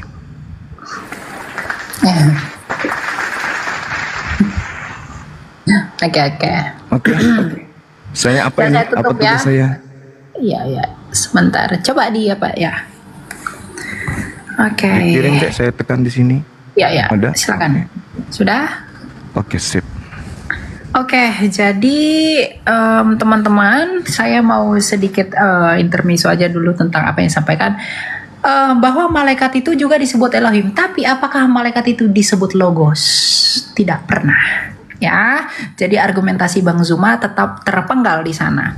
Nah, saya mau tutup teman-teman begini. Yang mau saya beritahukan kepada kalian adalah apa tadi yang disampaikan oleh Bang Zuma itu ternyata tidak mengcover apa yang saya minta dan saya maksudkan, karena dengan literasi yang saya bawa tadi yang menunjukkan bahwa logos itu nomina, kemudian Bang Zuma ubah itu menjadi adjektiva, saya berpikir bahwa adanya ketidakselarasan di dalam jawaban yang saya minta itu karena ternyata Bang Zuma menilai segala sesuatu itu bukan tidak sesuai dengan standar ilmu pengetahuan. Misalnya tadi yang nomina diubah menjadi adjektiva, yang tadinya di dalam diri Tuhan sebagai kompetensinya itu diubah menjadi sifat dan lain sebagainya. Ya, begitu. Jadi ya tidak masalah ya.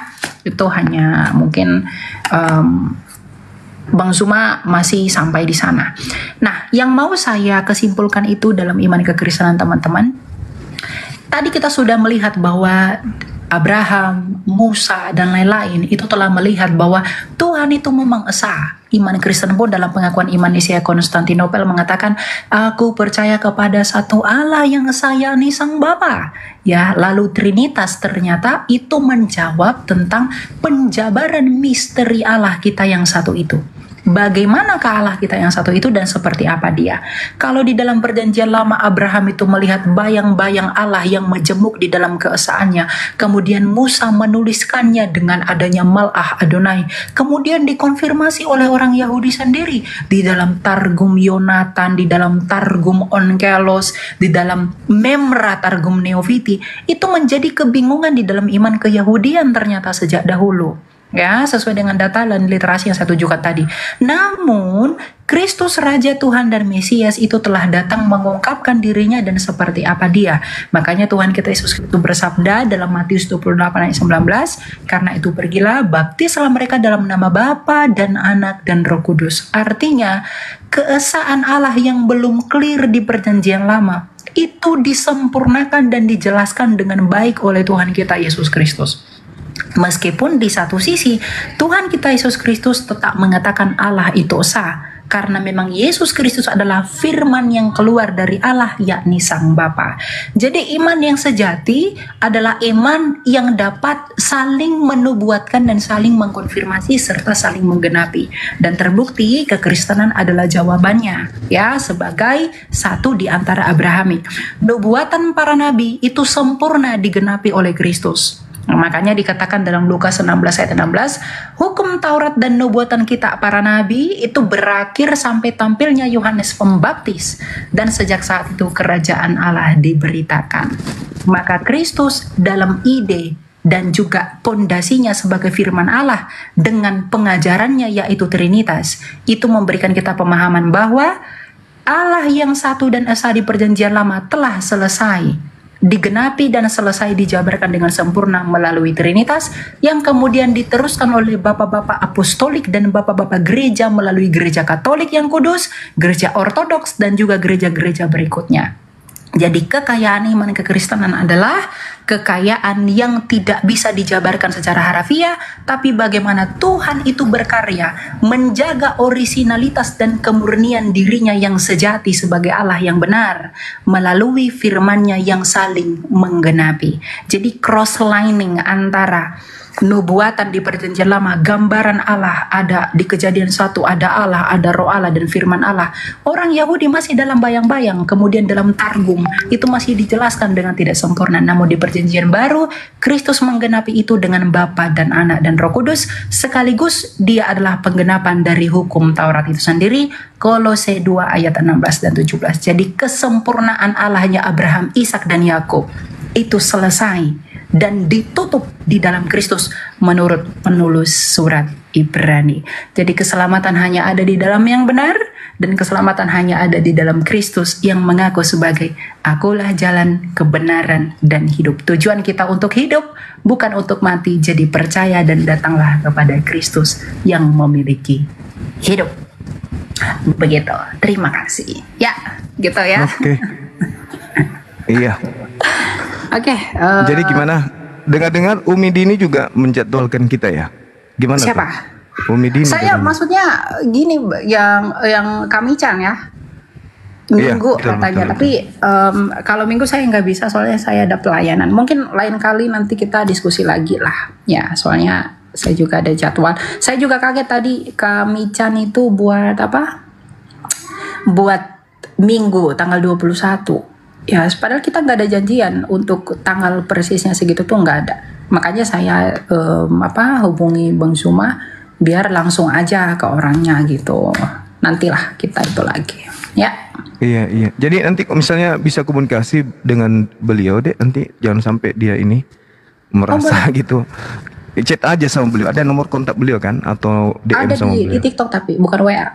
Oh ya sudah. Nanti Ya. komunikasi aja ya. Ya, siap. Oke. Sehat-sehat Elia. Oke, Ya, sip. thank you Bang Zuma. Tuhan berkati Oke, ya. siap. Ya. Boleh ini coba Bang Zuma turun dari live saya, boleh enggak? Saya yang turun, gitu. Oh, sebentar. Saya apa saja ya. Kita N-nya ini gimana sih? Sebentar. Coba gimana ya? Coba Tunggu. selesain.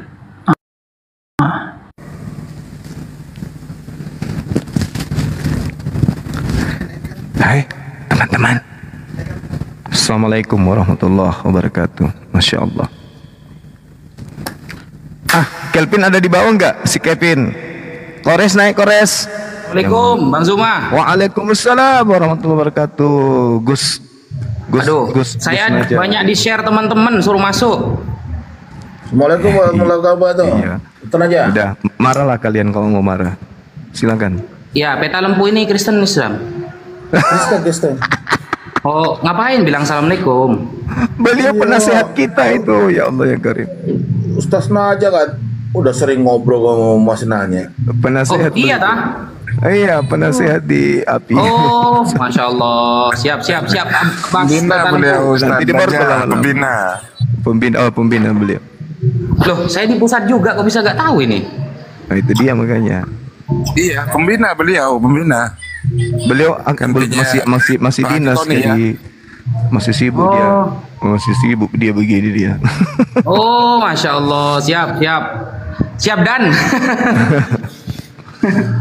Iya, sering ngobrol Ustaz lagi mana sih, aduh. Perasaan saya Ustaz Naja belum tua deh. Masih anak-anak dia itu umurnya 30 tahun pun belum. belum. Cocoknya jadi anak. Ini Bang Handi sama Dinda itulah Kores keindahan kemana kita ini? di Islam ya. Kita tidak pernah melihat mengukur manusia dengan umurnya, tetapi kita mengukur manusia dengan ilmunya. Ilmu. Makanya kita, walaupun mudah kita panggil guru, bagaimana Ustaz? Iya. Masya Beliau Allah. adalah Gus. Siap, Dan. Disitulah keindahan Islam, bahwa kita tuh menghargai benar-benar orang yang berilmu, kita harga, kita dudukkan kepada tingkat yang paling tinggi derajatnya. Siap Dan. Kayaknya ada teman kita Api dari Thailand, Gurunda. Fris Datrut. Assalamualaikum warahmatullahi wabarakatuh. Waalaikumsalam warahmatullahi wabarakatuh. Ini saya lagi nyetir ya, maaf. Jadi, apakah debat hari ini nanti diunggah di YouTube ya? Ada di YouTube Zulkifli M Abbas Official. Zulkifli M Abbas Official. Pak Ketua, Assalamualaikum warahmatullahi wabarakatuh. Waalaikumsalam. Mana ketuanya kita nggak ada kelihatan di sini. Enggak ada Ustaz Alif, enggak ada. Ini bukan Ustaz Alif yang ketua umum. Oh, suaranya mirip-mirip. Enggak lah, saya sama dengan abangku Peta. Kami sempat berdebat sama Buddha. Ratusan orang di Thailand yang sempat menonton. Dan ya menurut sebagian besar penonton ini menganggap Muslim itu lebih berat bukti-bukti dan referensinya. Masya Allah, ya. Kalau barusan it's fantastic, sampai mencapai 20.000 lebih penontonnya Bang Juma. Sementara di sebelah saya amati hanya 3.000-an. Tadi yang nonton berapa? Lihat penonton 20.000 lebih, mencapai 20.000 lebih, tembus. Masya Allah. itu mirip artis di Thailand ya. Kalau artis itu nggak sampai 10.000, tapi Bang Suma lebih dari 20.000. Masya Allah, tepuk tangan dulu. Dari mana kumpulkan orang banyak gitu tepuk tangan, akhi? Itu sampai pengurus TikToknya ikut nonton itu. Aduh. Ya, palingnya 2.500. Nggak pernah. Iya. Masya Allah. Ini Kores ini datanya ini telat datanya Kores.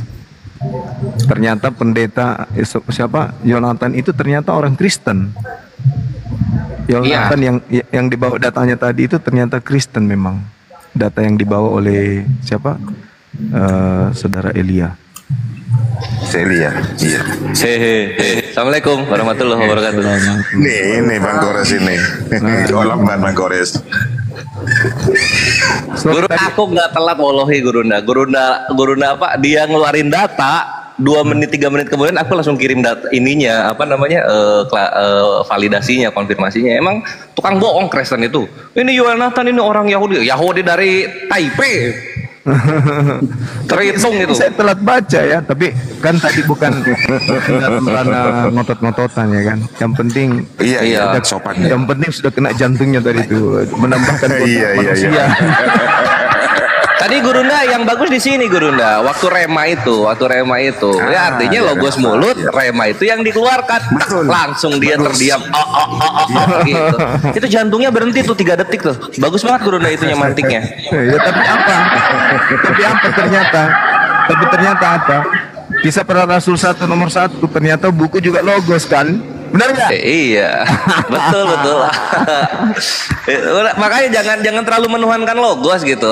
Di Biblo sendiri banyak pembandingnya. Aku udah kirim lah ke Gurunda itu aman. Nanti ke pertemuan kedua bisa dikeluarin. Masya Allah. Assalamualaikum warahmatullahi wabarakatuh. Gurunda Zuma. Waalaikumsalam warahmatullahi wabarakatuh. Sama ini ya Gurunda. Aku kasih satu lagi ya Gurunda. Ustadz Raffi, Ustadz Peta. Wah ini dosen penjaskes. Deh, lanjut. Ya, jadi sama gini firman itu nominatif gitu, bukan kata kerja. Iya, kata kerja itu bisa dibikin dari kata benda ketika dikasih keimbuhan, dan itu nggak ada masalah karena kata sendiri itu kata benda, bicara juga kata benda. Iya. Mau dibawa kemana sebenarnya? Apa karena itu benda jadinya Tuhan gitu? Kalau gitu Tuhannya kubus. Ya sudah benar tadi pemaparannya Bang Juma itu bagian dari kehendak. Udah mantep ini cuma Elianya doang itu dia membodohi viewer yang ada di tempatnya sendiri gitu karena mengatakan Yoel Nathan itu orang Yahudi. Nah, kan ini kan Takia Korintus jalur PDF. Ya ini yang lucu nih, dia mengibaratkan Yesus dengan Al-Quran. Apa betul menurut Gus Naja firman jadi buku? Mana ada firman jadi buku? Ya logikanya kan Bang, logikanya sifat kita tidak bisa keluar dari diri kita kan.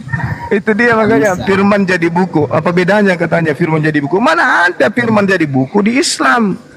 Ini buku, aku bilang ini buku kertas dan tinta. Jadi firman datang kepada Rasulullah supaya tidak dilupakan dan bisa tersiar ke seluruh dunia, maka dibukukan. Bukan firman jadi buku. Kalau firman, parah. Masih ilmunya masih minim sekali, masih nihil, masih jauh. Kalau firman jadi gorengan boleh. Jauh. Firman jadi penjual gorengan. Logikanya nggak ada, mantiknya rendah sekali. Kalau saya kasih nilai tadi itu ya 2 dari 100 angka Gurunda. 2. Pahlawannya Oten itu Gurunda. Ini Gurunda Iya, pahlawannya Oten itu. Pahlawan 3 huruf. Tapi kalau kita mau mendengar, maaf ya, bukan saya rendahkan ya, maaf. Waduh, saya kalau kita mau mendengarkan argumentasinya memang sih meyakinkan. Kalau argumentasi gitu ya, lembut atau apa dan sebagainya. Masih jauh. Masih berkelas yang sering kita hadapi. Masih berkelas. Ini ndak ada. Nihil, masih jauh. Dia mencoba dibungkus dengan dibungkus dengan kalimat-kalimat bahasa ilmiah, bahasa gimana gitu loh. Ilmiah juga kagak sih. Ya mungkin menurut dia. Kalau konsepnya seperti itu Bang, firman jadi buku karena dituliskan di buku, berarti firman juga pernah jadi matahari. Jadilah matahari. Wah. Iya. Firman jadi matahari berarti. Mereka matinya di ini Gurunda. Kalau aku sering dialog sama Tritung ya, yang sok-sok ngebahas apa kebagaimanaan teos mereka, itu matinya tuh di ini makhluk goiru makhluk. Ya itu makhluk goiru kholik, makhluk goiru makhluk. Nah itu matinya di situ mereka. Iya.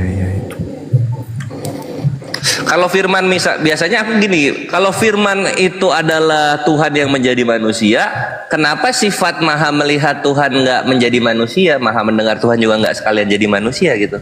Kenapa cuma firman doang? Apakah Tuhanmu waktu di sorga sana bentuknya ABCDFG? Begitu sih. Yang lucu tadi ini, apa kata dia? Kalimat terakhir. Tapi Bang Suma jangan lupa, apa tuh? Malaikat tidak pernah disebut logos. Yeay. Sebaliknya Yesus pun tidak pernah disebut Elohim. Lucu. Logos itu kan konsep Himne Plato yang diambil untuk Yesus. Sementara tujuannya bukan untuk menuhankan malaikat, tapi tujuannya menuhankan Yesus. Intinya saya sih, intinya orang-orang Kristen sebenarnya itu tidak mengerti yang namanya firman, tidak pernah mengerti apa arti daripada firman itu sendiri. Itu yang menjadi problem. Karena kenapa? Di situ kan berfirman. Kalau kita dalam konteks bahasanya itu kan Allah berkata. Kalau dalam kata bahasanya kita ya, berarti itu kan katanya Allah. Nah, apa buah daripada kata Allah? Itulah hasilnya. Kan begitu. Benar gak Ustaz Naja? Buah daripada firman itu adalah Yesus. Warahmatullahi wabarakatuh. Waalaikumsalam warahmatullahi wabarakatuh. Kau kenal? Salam. Sedikit ya. Kalau logos itu adalah Allah itu sendiri, bagaimana ada logos dicopot iblis? Markus 4 ayat 15. Itu logos itu di situ tuh. Logos. Coba dicek. Enggak. Iya, logos. Bukan hanya logos Ustaz Sugi, itu hologos itu. Sama seperti di Yohanes 1 ayat 1 itu hologos. Iya, yang penabur itu loh Gurunda, yang penabur. Iya, betul. Oh, yang di penabur itu aja Pak. Jadi si Yesus. Aja, waduh, gawat ini kalau logos itu adalah Allah itu sendiri. Gimana Tuhan diumpamakan disebut? Kata Aki Kores tadi kan ya, kalau logos itu adalah Allah itu sendiri, bagaimana mungkin logos itu diibaratkan dicomot iblis? Kan ngaco jadinya. Terus apa? Intinya hancur pokoknya hancur. Iya, banyak bohong ya. Dia ini terbatas mengenai pengetahuan bahasa Yunaninya. Christian Prince pengen naik itu di bawah itu. Kenapa emosi dibubukin ininya? Dibubukin ininya temennya pengen naik.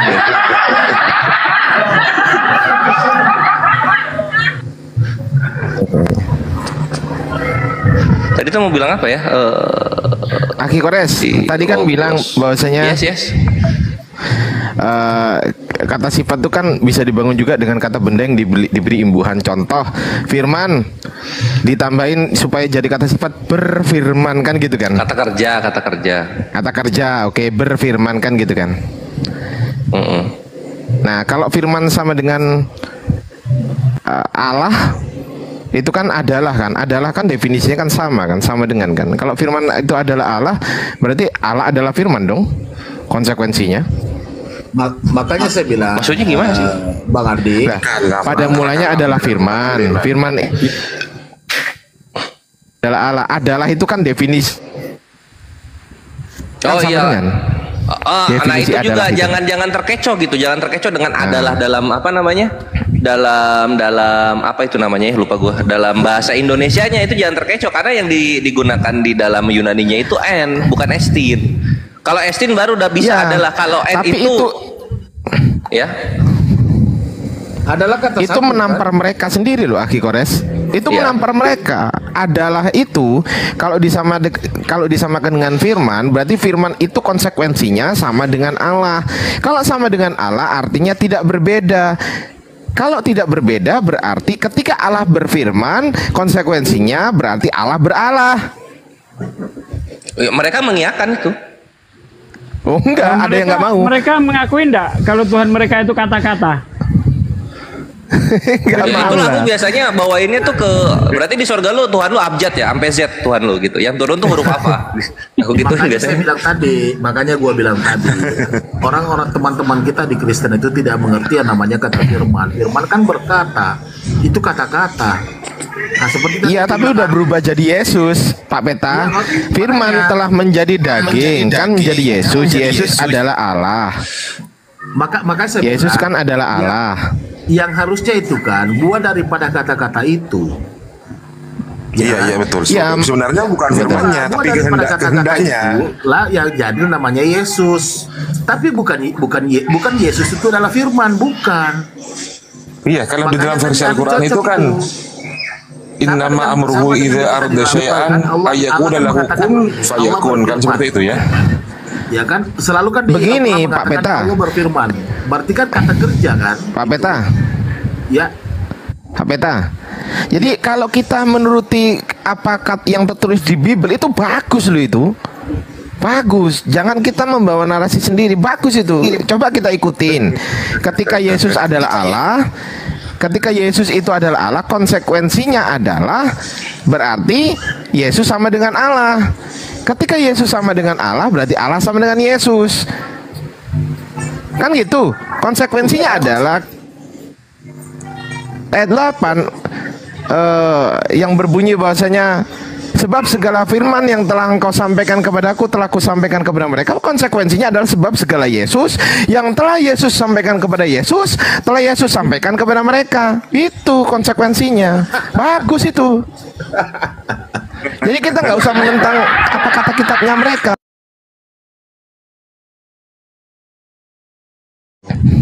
Lanjut Gurunda, Afan.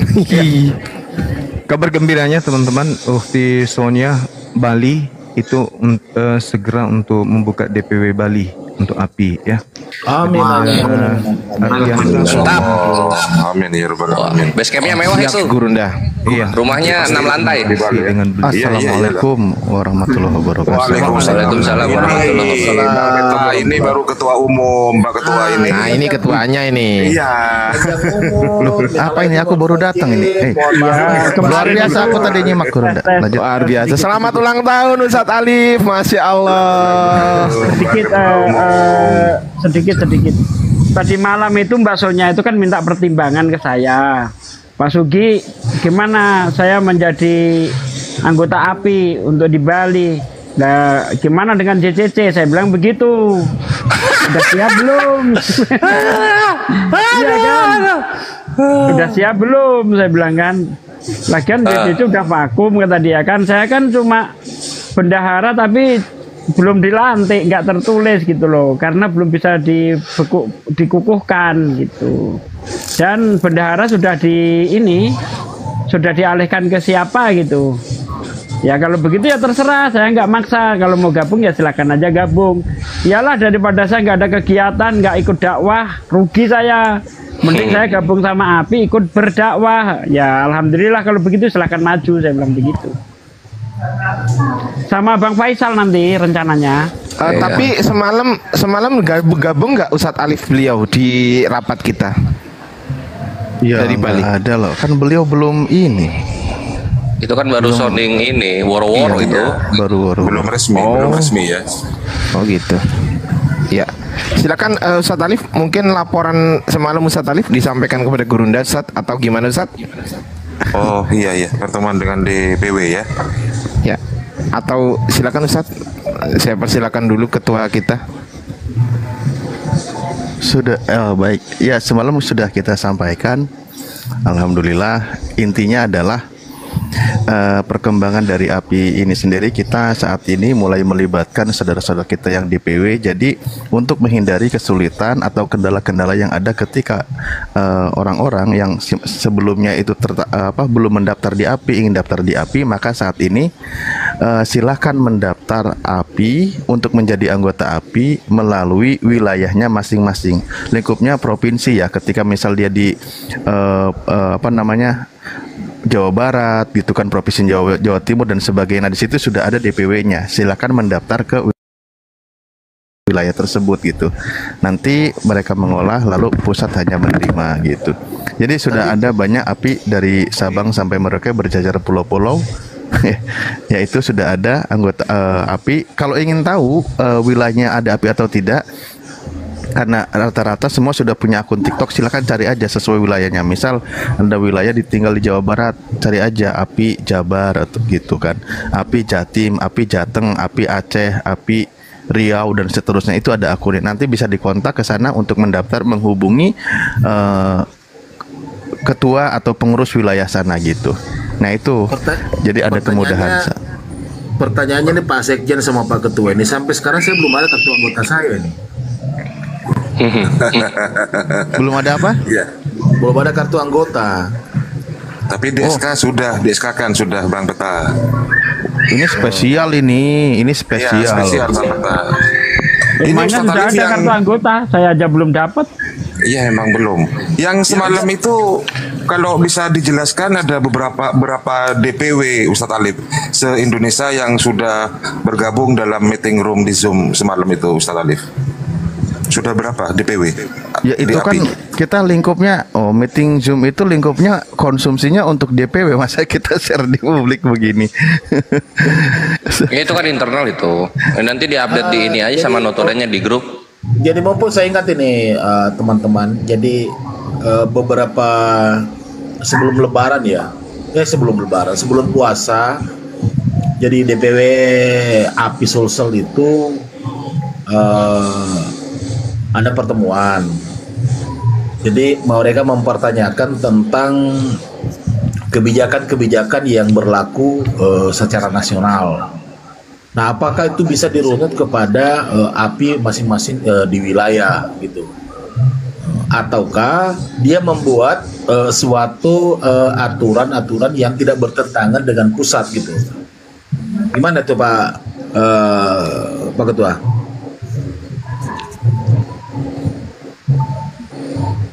Halo?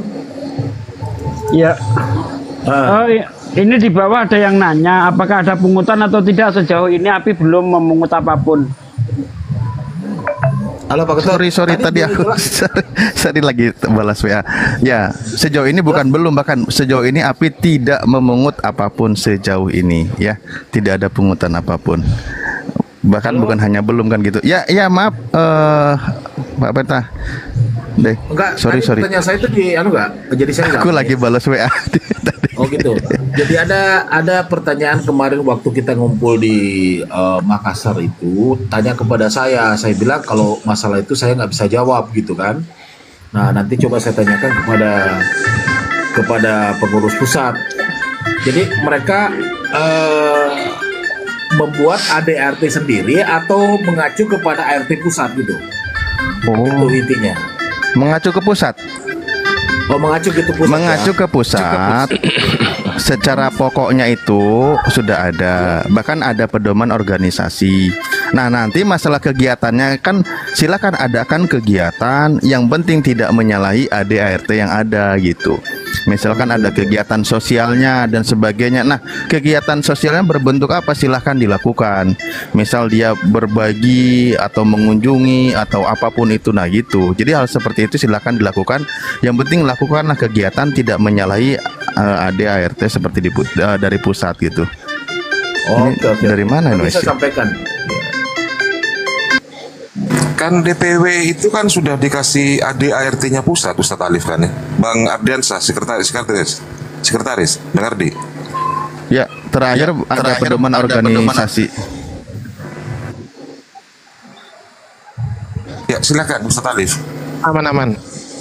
Ada yang nanya di bawah itu, API singkatan apa katanya? Anti Penghujat Islam Indonesia. Mantap, woi. Ya, itu salah satu makna yang terkandung dari API itu kan, dari secara resminya Apologet Islam Indonesia. Di dalamnya itu yaitu tadi anti penghujat Islam Indonesia. Bahkan kita yang membantah syubhat-syubhat, fitnahan yang suka menyerang kepada Islam. Berharap di sini para guru kami itu menjadi benteng dari mereka yang selama ini mereka leluasa mengobrak-abrik seenaknya, mengacak-acak syariat Islam, ajaran Islam, Al-Quran dan sebagainya. Sebenarnya bukan Al-Quran sih, terjemahan Al-Quran. Itu keterbatasan mereka aja nggak bisa baca Al-Quran ya. Begitu. Mantap.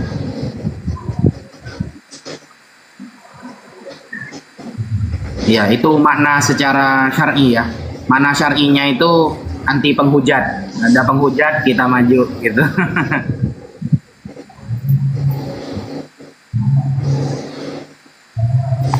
Saya sudah mau maghrib di sini. Kalau makna lugawinya apa Ustaz Najah?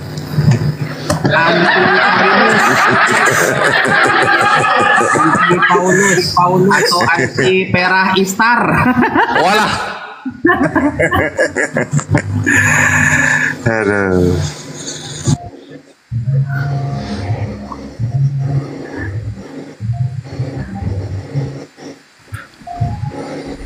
Loh, ini Sadli ini Bang Sadli. Iya, Ustaz. Jadi moderator. Anda jadi tamu di rumah sendiri jadinya. Kapan nggak bisa ini kalau tamu apa, jadi saya harus naik. Yang ngangkat itu tadi Bang Sadli. Iya. Oh, kok rahasia nggak ketahuan namanya ya? Oke. Syarat masuk API apa itu? Banyak yang nanya di bawah.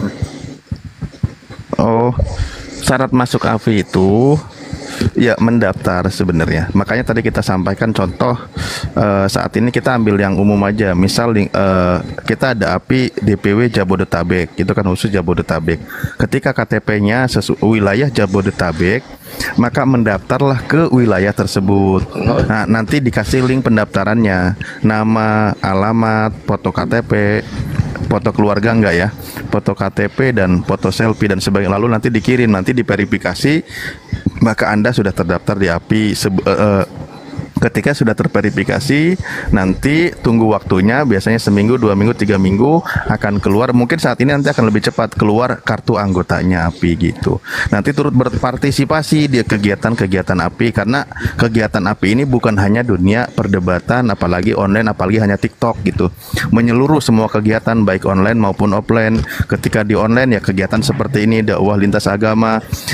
Di offline juga kita bisa ada perdiskusian dengan secara offline gitu kan, dengan keyakinan lain, juga kegiatan lain, aksi sosial, aksi banyaklah kegiatan-kegiatan yang positif yang tidak menyalahi kaidah agama kita gitu. Oh ya itu Ustaz, diskusi offline itu kapan tuh rencana API ini mau ngadain? Oh bagian aku gitu. Mantap, betul. Insya Allah tanggal 6 Mei Ustaz Wafi ya, tanggal 6 Mei. Oh gitu ya. Atau terserah penantangnya ya Bang Kores ya? Enggak, terserah kita. Oh terserah kita ya. 6 Mei. Iya. 6 Mei. Loh hampir dong. Assalamualaikum warahmatullahi wabarakatuh.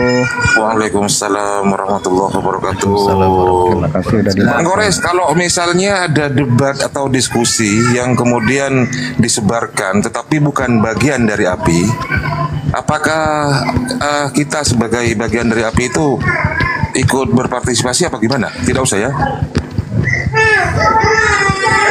Contohnya apa ya?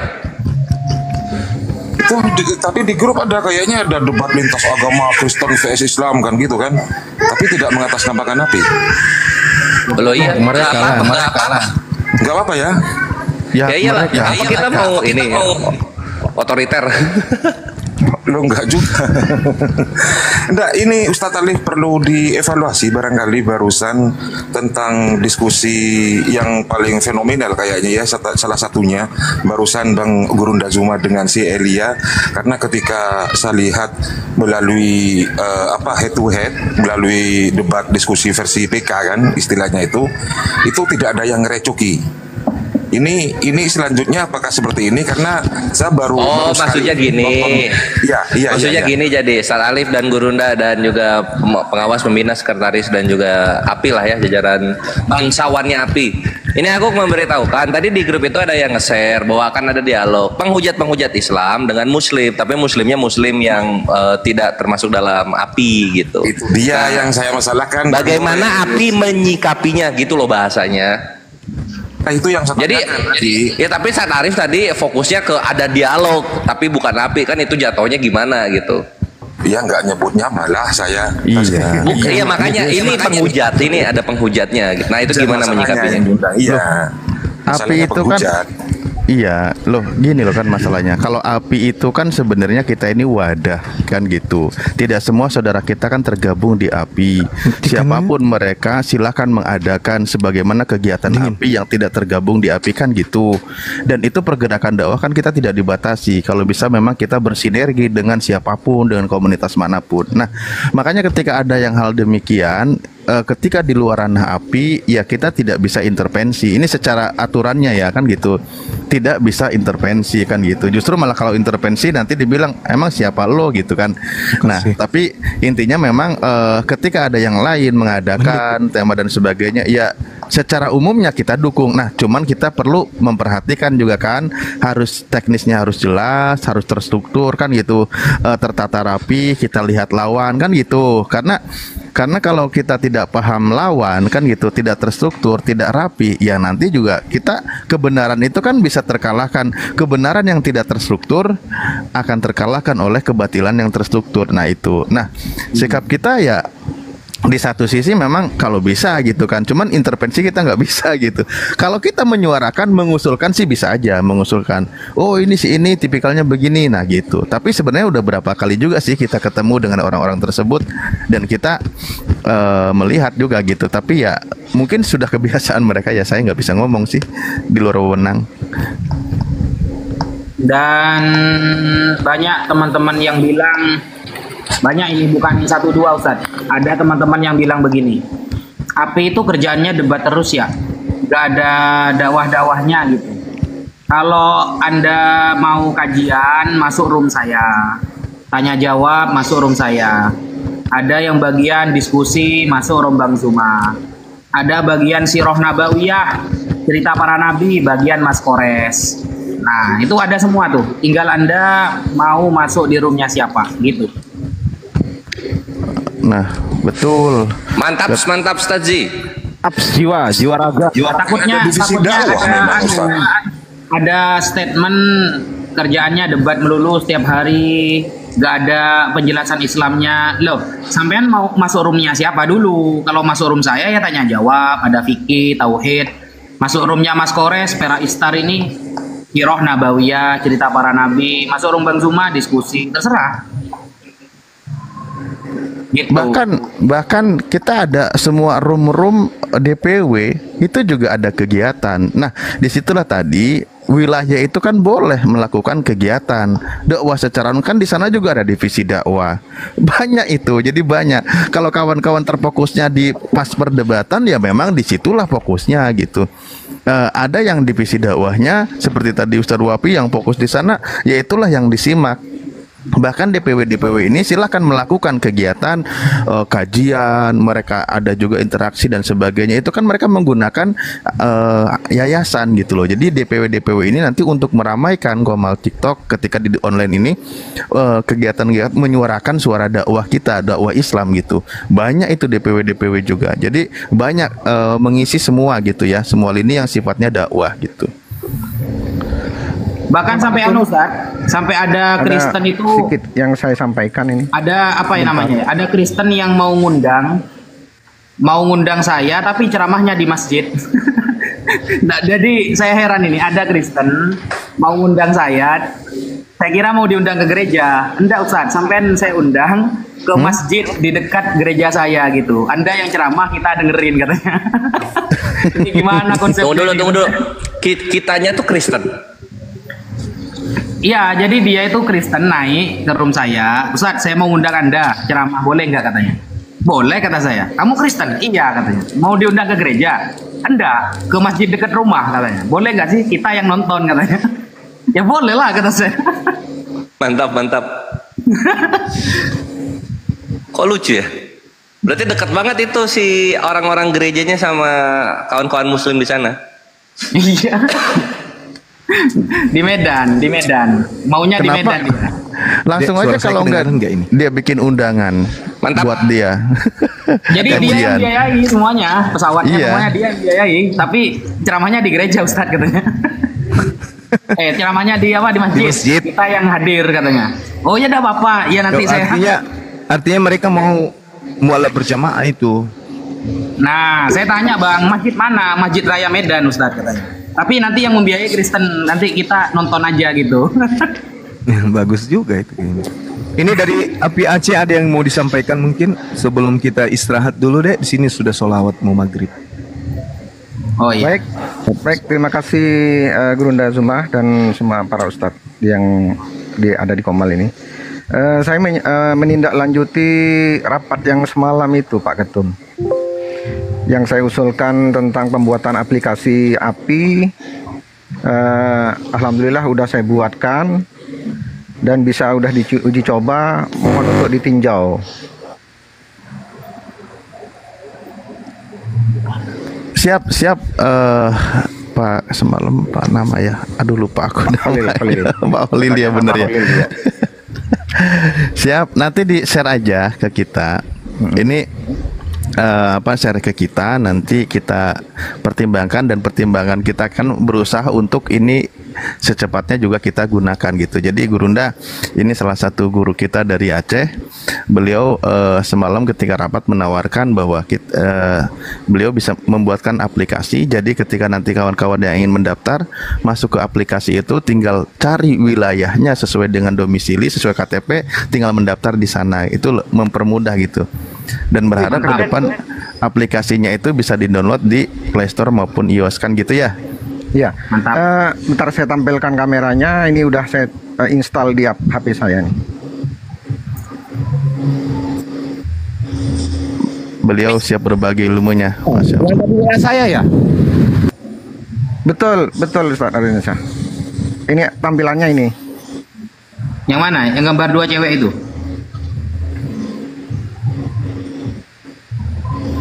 Sebentar ya. Mana ini nggak nampak. Nah ini. Wih. Ada gambar apinya, woi. Klik dong, Bang. Berarti di Play Store api gitu ya, kita ketik api gitu ya. Ini pendaftarannya nih. Formulir. Itu masuknya kemana itu pendaftarannya itu? Ke email atau ke apa itu? Ke email. Email siapa? Di emailnya masing-masing. Sementara kan email saya dulu, nanti kalau udah ditinjau kan bisa diisi sesuai DPW masing-masing nih Ustaz.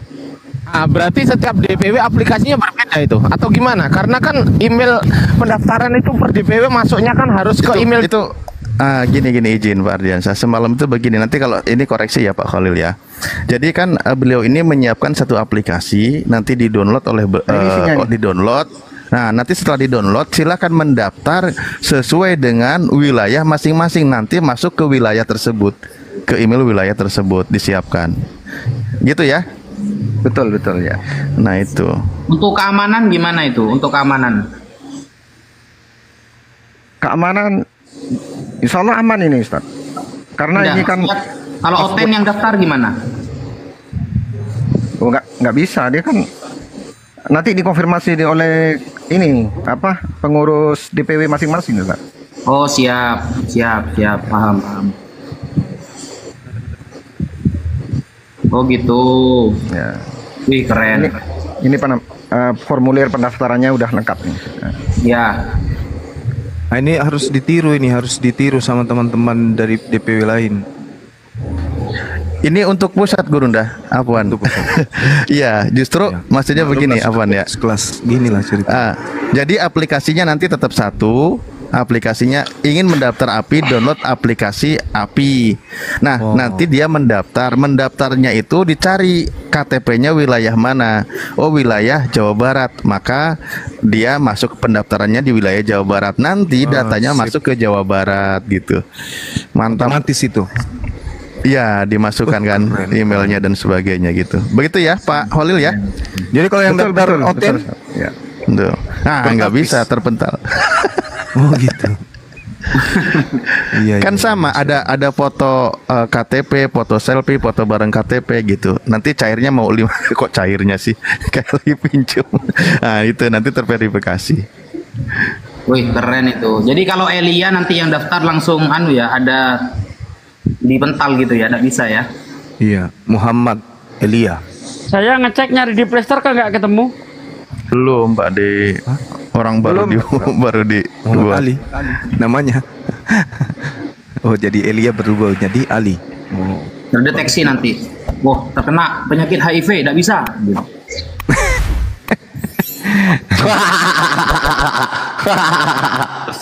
Aduh.